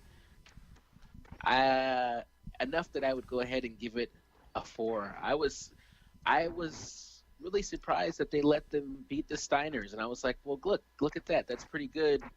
And I thought that Ron Simmons and his partner both just looked fantastic. And the Steiners, they were big too. Just another point of like how big the wrestlers were back in the day versus today. There are no, I mean, other than Braun Strowman, there really are no more larger than life characters. You know what I mean? Well, yeah, I mean, because before Braun, we had who? Ryback? Or The Big Show? And they're all god-awful. They're stupid. Anyway, well, like I said, I gave it a 4.5. Absolutely loved it. Got a 4 out of Emir. Eric, how did you feel? I gave it a 4. I gave it a 4.5 too, just on the strength of nice. They let them, like Amir said, they let them go over the Steiners. So, and they put a big push behind them too. Oh yeah, that's definitely what will happen when you beat the Steiners. So Paul? Yeah, they had a nice long run with the titles. I mean, they began a feud after this with the 4 Horsemen. Ask me how, ask me why, don't know, but they did. And I didn't understand. I didn't understand that feud because they was both heels.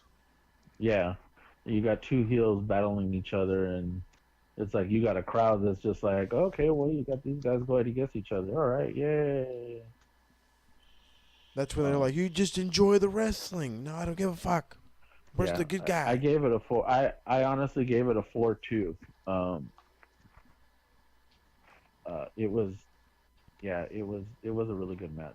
It was a really good match, beginning to end. And as we've already stated, the most solid team that was out there was actually Doom. Yeah, they turned out to be not to say the Steiners were just,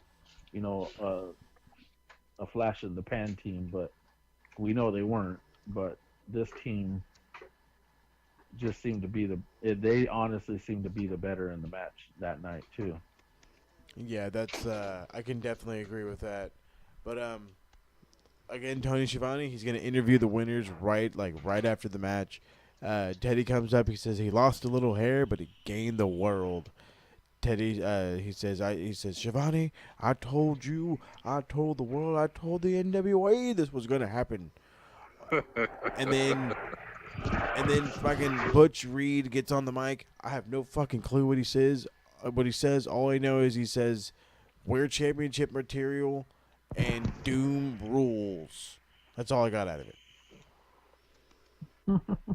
And then Ron Simmons is like, we told you, punks, we were going to do this. We did this fair and square. We didn't cheat. And then apparently Tony Schiavone and Jim Hearn are invited to the after party. So, I'm like, God damn, that's got to be. See how that party would have went. Yeah, you and me right. So we jump right into the big match, the main event of the evening. Lex Luger taking on the 6th time at the time, which still just baffles me. The 6-time NWA World Heavyweight Champion Ric Flair in a cage match, and this cage was like a cage match, bro. Like, you can't climb out of this fucking thing. You're fucking stuck. And it was kind of cool. It was an interesting cage to see. I've seen the big blue cage before. I've seen the steel cage that they normally do now, and this was interesting. I that was the first thing that caught my attention. And then the second thing, what it reminded me of? It reminded me of the Punjabi prison. I was going to say that. It reminded me because it was so far away from the ring. It was like literally right up against the barrier. And that was the first thing that I thought. And I was like, wait a second, what the hell is rolling down from the sky? I was like, are they going to push this thing together? And it just landed, and I'm just like, oh, well, what the hell is this? This is the cage. Congratulations. It was like literally like, let me put you in a cage. Yep, that's it. What But really caught my eye, or rather my ear, was when Ric Flair's coming out and they announce, making his way down to the ring, Ric Flair with woman. Woman. okay, see, I was about to say I was the only one. Was I the only one that didn't get her name because I was like, I didn't hear her name. Oh, No, that's it. Her Lord. name is Woman. Oh, woman. Jesus criminy. Her name is a woman. I'm not gonna lie, it does. When I do see Flair with her, it's like, damn, man. Instead of Macho Man. Nah, it's like seeing a woman. It's like, damn, to know her fate years later. It's like, Yeah, she's gonna. Yeah, it is sad. It is. That's yeah, true, it's man. really sad because like I was thinking like, okay, so when you did this, and I'm watching it, and I said, who the hell was woman? So I googled it, and I was like, oh my goodness, you gotta be kidding me! If nobody knows, it's Nancy Benoit. No way. Yeah. Yes, it was. That's true. I had not the slightest clue. I didn't either because when I was like when I watched the match and I was like, I just started, and he said, and even what you said, the ring announcer said, Ric Flair and woman, and I said, well, who the hell is woman? And I immediately grabbed my phone and I'm googling it, and I damn near like my mouth dropped. It didn't. I was like, holy crap! You've got to be kidding me. And no, they weren't kidding you. But so like I said, no, the cage was the first thing that I noticed. The second thing I noticed was Lex Luger's green tights. Those were like awfully neon-ish. They were weird. They distracted me. And then out comes Ric Flair. Well, with one thing woman, I for noticed- fuck's sake. One thing I noticed, both of the wrestlers was talking shit to the cameraman. Well, yeah, because the dude's fucking standing in the ring like an asshole. It's like, dude, we get it. You got to get a good shot. Now get the fuck out of here. And he's just not listening. And so then Ric Flair is like right above the camera. He's like, well, get out of here. And then he eventually tells the ref, tell the guy to get the fuck out of here. Okay, when stuff like that happens, this is my thought. If it was WWF, we know Vince McMahon's in the back going crazy. But when it's WCW, who was the Vince McMahon of WCW at that time? Who should be in the back yelling at the cameraman? Jim Herd. Yeah, Jim Herd. And Jim yeah. Herd was not that kind of guy. He can give a shit about the camera. Just No, make sure it he catches the didn't. wrestling. I got a question for you guys. What was Jim Herd's job before he took this one? Ring crew. I don't fucking know. I Did he work for Vince? I didn't even remember what the hell. You know what? Now that you just mentioned his name, wasn't he part of WWF at one time? No. You guys are going to trip out when I say this. Before he took that WCW job, he was a manager of Domino's. Oh, what the hell?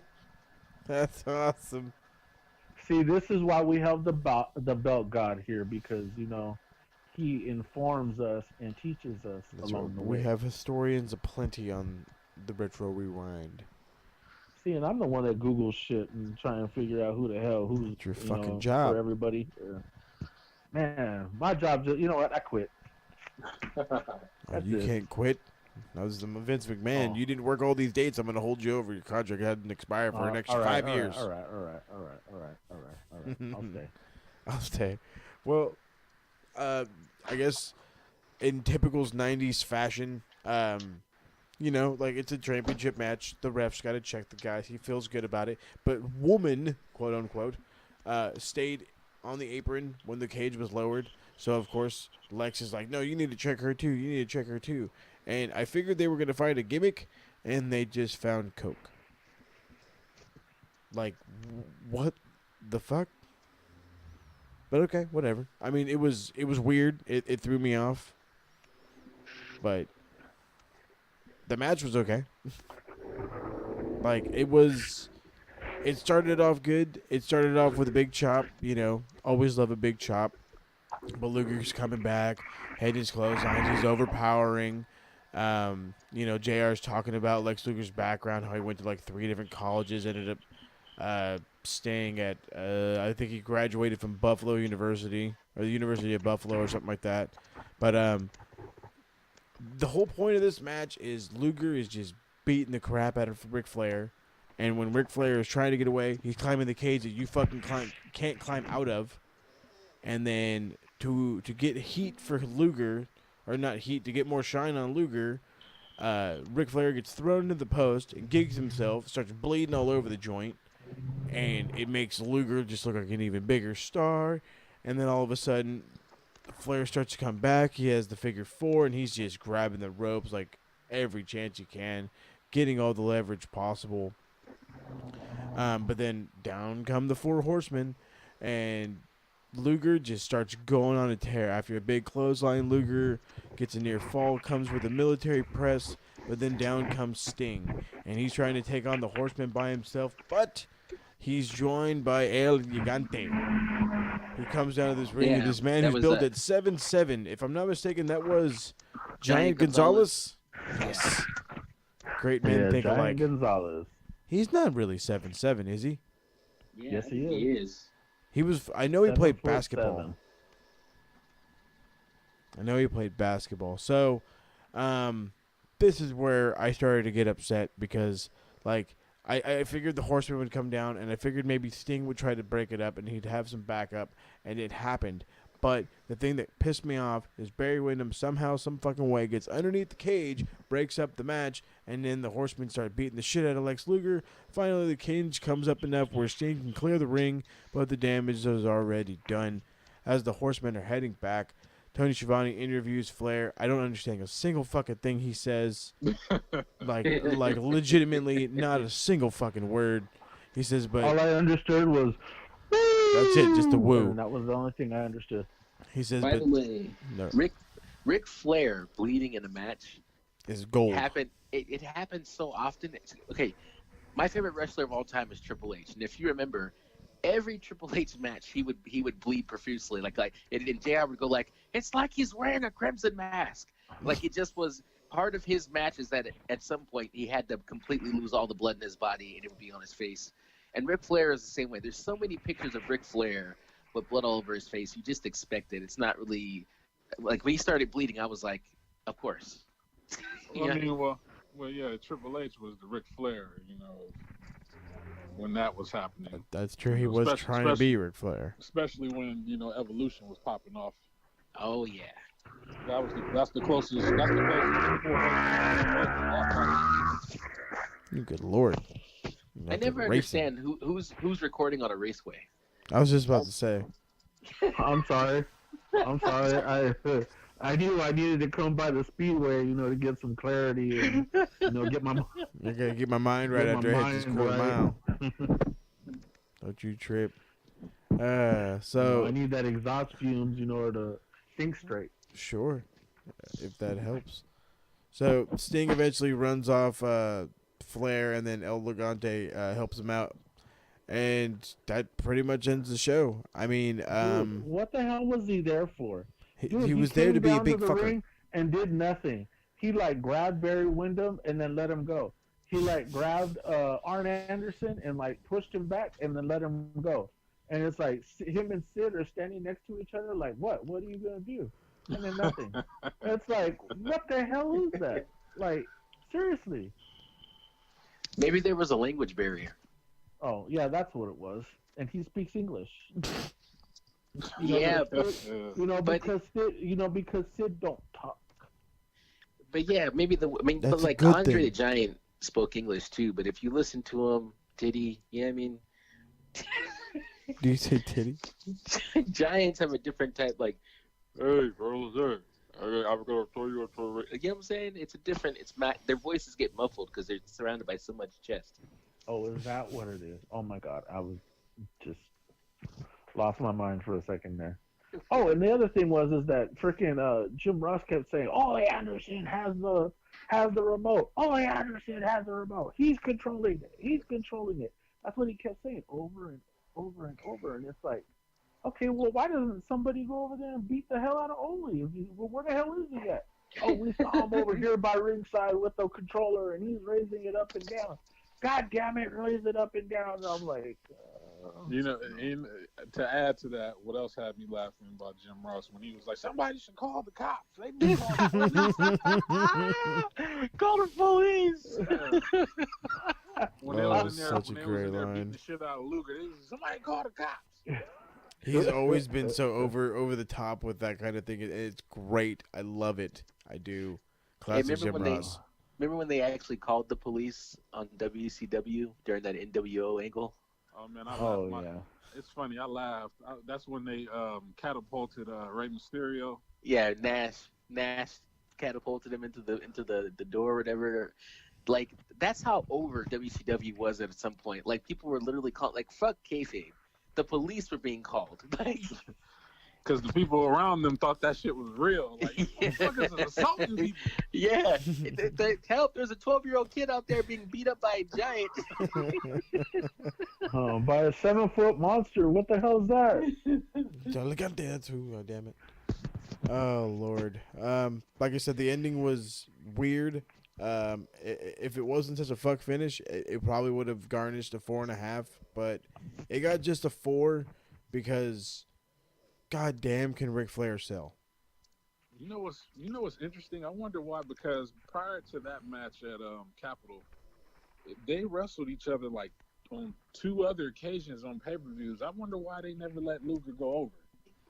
Yeah, every time, man, they would find a way. I mean, Flair, especially because, you know, Belt God, you mentioned that the very next pay-per-view, Flair drops the title. Yeah, he dropped it to Sting. Right. So what's the deal? I mean, Lex Luger, I mean, he had a great look, and you know what? He put on good matches. And this match in particular, honestly, I gave it a 3.5, not even a 4, because I wanted to see a real finish. You know what I mean? I didn't really like the finish. Yeah. And my whole thing is, come on, man, it's a championship match. Can we get a clean finish? finish? I get it, but come on, can we get a finish like a real finish, not this like, oh, you know, everything's being waved off at this point. Come on. Well, you know, like, I agree. I give it a 3.5 also because, like I said, like, prior to this pay-per-view, I watched the other 2 couple matches they had to where it was like a fucked up ending. And it was like, damn, how long are you guys going to screw Luger over in the main event? Like, so, you know, this one just did it for me. Because I don't know if you guys probably watched the old ones, but how he got screwed in the match against Flair, talking about, oh, he can't bleed, and they disqualified him for that. That was ridiculous. Weren't they the main event on that NWA card that we watched? I think that was. Yes, and you know Starcade. the funny thing is that I'll say the same thing that Eric said.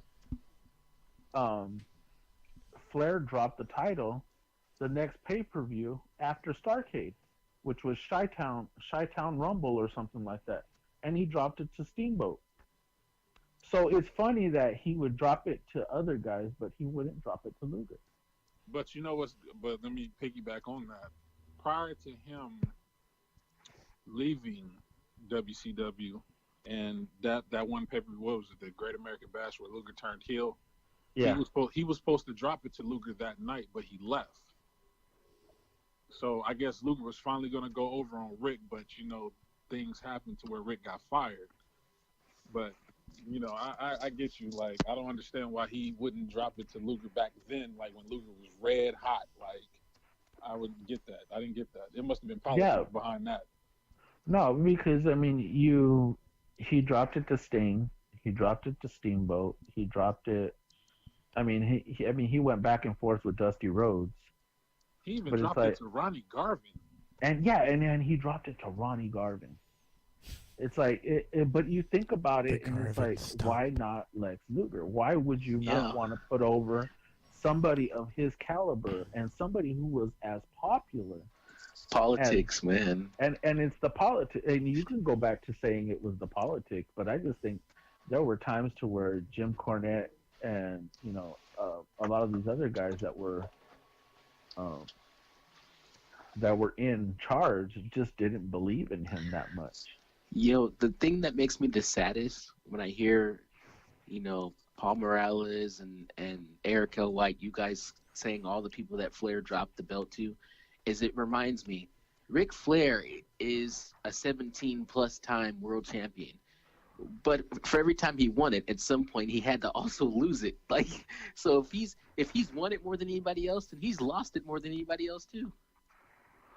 Yeah. Why would you tarnish such a record like this, sir? Yeah, why, but why you would know, you do and this? like I said, I mean, you look at Wikipedia and it'll tell you how many times he's won the title, and literally he's like a 20. If you count the times that, I even saw a YouTube video on it. I mean, he's like a 28 time champion, and we're just talking Lord. heavyweight champion. You know, I mean, we're talking AWA. We're talking, I mean, just literally champions. Now I'm wondering, some of the guys and correct me if I'm wrong, but there's notable guys like, let's say, like Roddy Piper and some other guys that never won the WWF Championship. But those guys that are on the list of like never won the WWF Championship, were they world champions in other places? Well, Roddy Piper, he was the United States champion a few times in the NWA. That's as far as I can remember. Jake the Snake, he was the TV champion. No world heavyweight titles though. No, not out those wrestlers. I don't think so. Out of them, I don't ever remember them.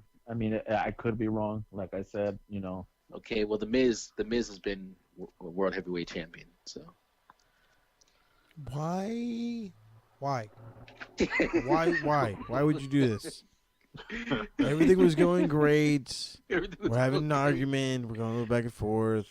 And then you bring up the fucking Miz? I'm just saying, Jake the Snake can't win the belt. Come on. Jake the Snake can't win the belt because, honestly, like, I think you can't push Jake the Snake as a main event guy. No, I agree. I mean, now, as the argument for Lex, I don't know what it is. Was it because he was too handsome? Because his hair was too blonde? His muscles too shiny? How was had he on everything. the mic? He was god-awful. No intensity. He was bland.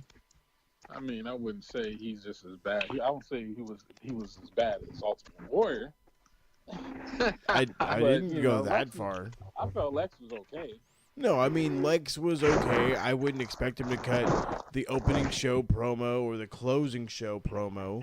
But, I mean, if he needs to cut one, okay, just make it quick. Well, let me ask you guys this.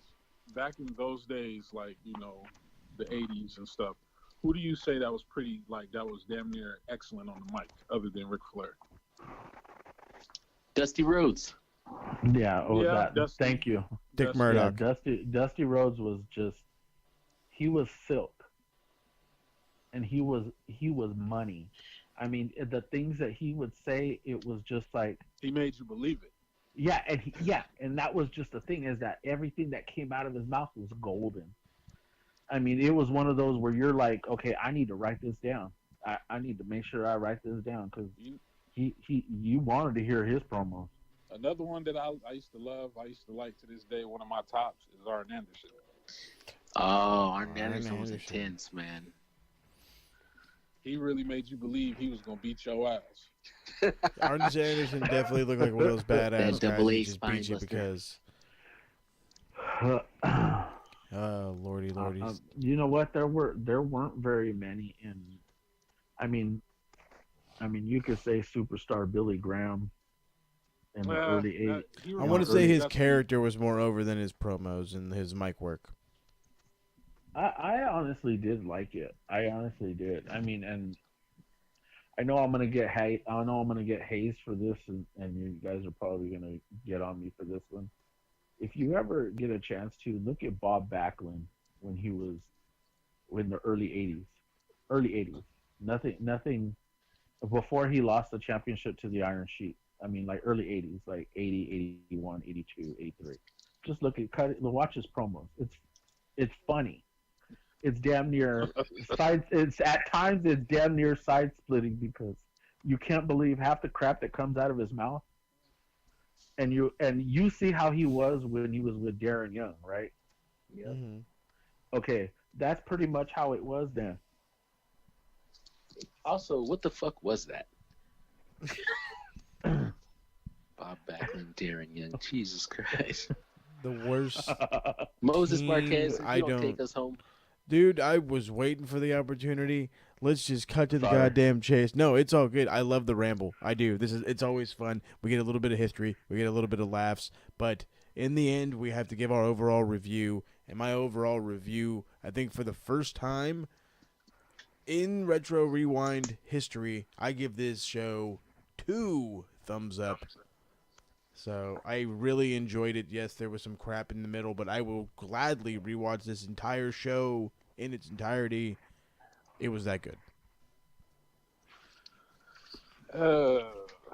Belt God, what say I'm about you? to say that already sounded like a disagreement.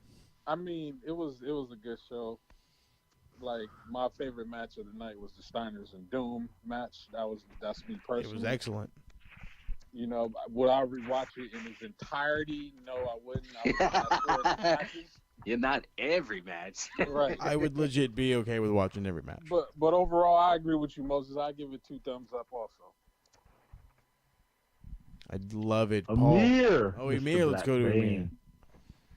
Yeah, man, I'm going 2 thumbs up. I was impressed with this card, and again, there was a few things that kind of rubbed me the wrong way, but overall, very entertaining, high entertainment value, much better than a lot of the stuff that I see today on main roster WWE.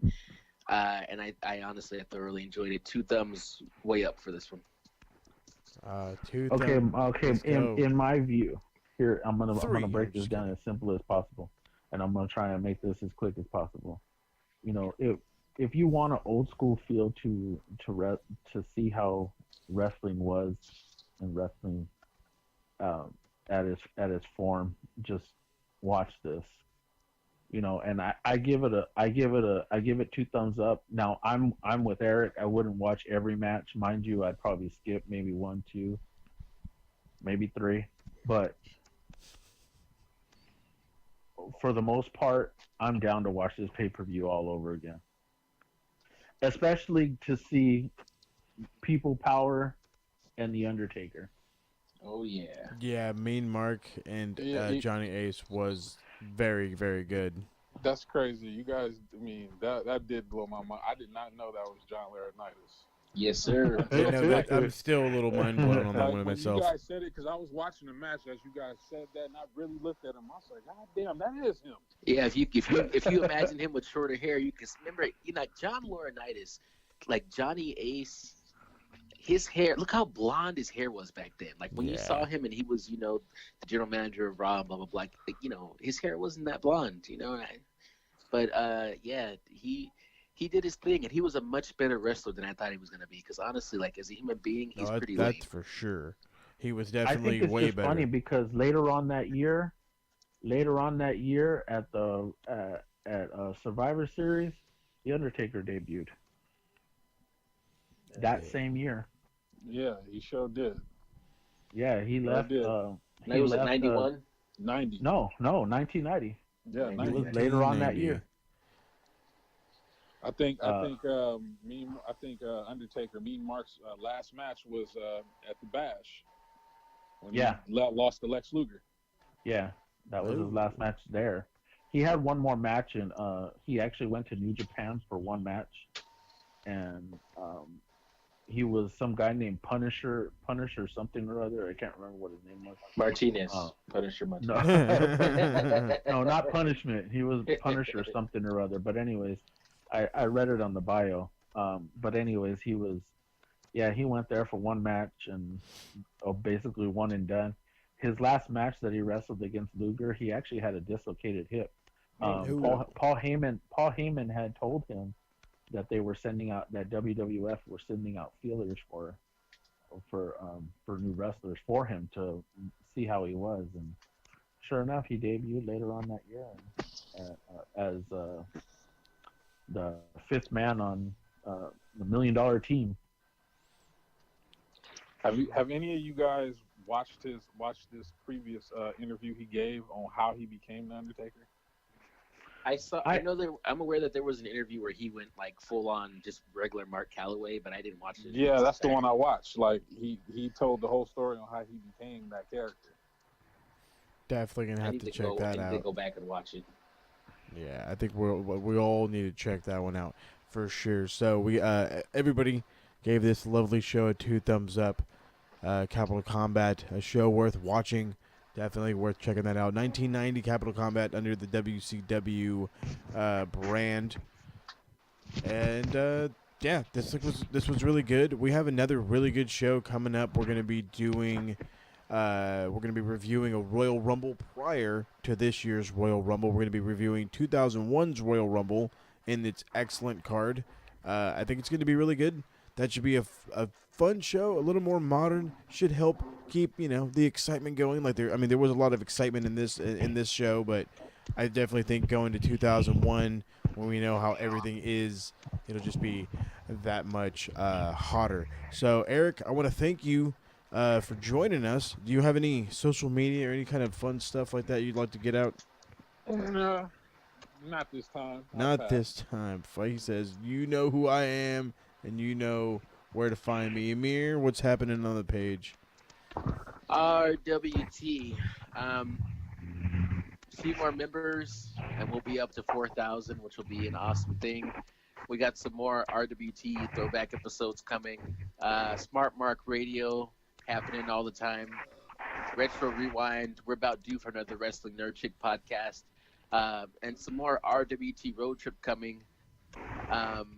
Because there's some big things happening.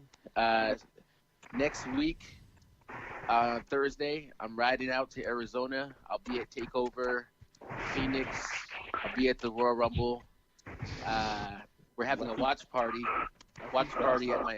at my new house for Elimination Chamber that everybody's invited to, and then I'm flying out to New York for WrestleMania. So we got a lot of big things happening for RWT. The flights are booked, the tickets are bought, and it's gonna be awesome, man. I'm looking forward to it all. Yeah, so bring your umbrellas because we're probably going to be outside with Amir's TV, and you better bring a chair because he ain't got that many. Yeah, bring your own chair, bring your own food. Oh, yeah. Bring your own toilet paper Bring while your you're own at elimination chamber. it. Oh, yeah. I hope one of you guys got the network because I don't. I'm going to borrow it from you. We're going to huddle around my cell phone. There you go. He's all like, I'm not on baller status like Amir. So. So there's all kinds of stuff happening. There will be a new episode of Smart Mark Radio coming out probably before Monday. Pretty much going to go into all the crazy stuff that's happened. Some more guys have been signed. Guys like Roosh has been signed to Ring of Honor to a pretty fucking big contract, believe it or not, just to be exclusive in the U.S. There's talks of guys being told don't go to WWE by WWE guys, so I want to get into that. And some more. Probably going to try to break out an episode of the Gorilla Position sometime next week. But again, Emir is crazy busy. He will be heading to Arizona for the Rumble. So that is all fun and dandy. So I want to say goodnight. This show has been awesome. It's been fucking long. I love y'all. We'll catch you around the bend. Peace out. Peace. See ya. Deuces.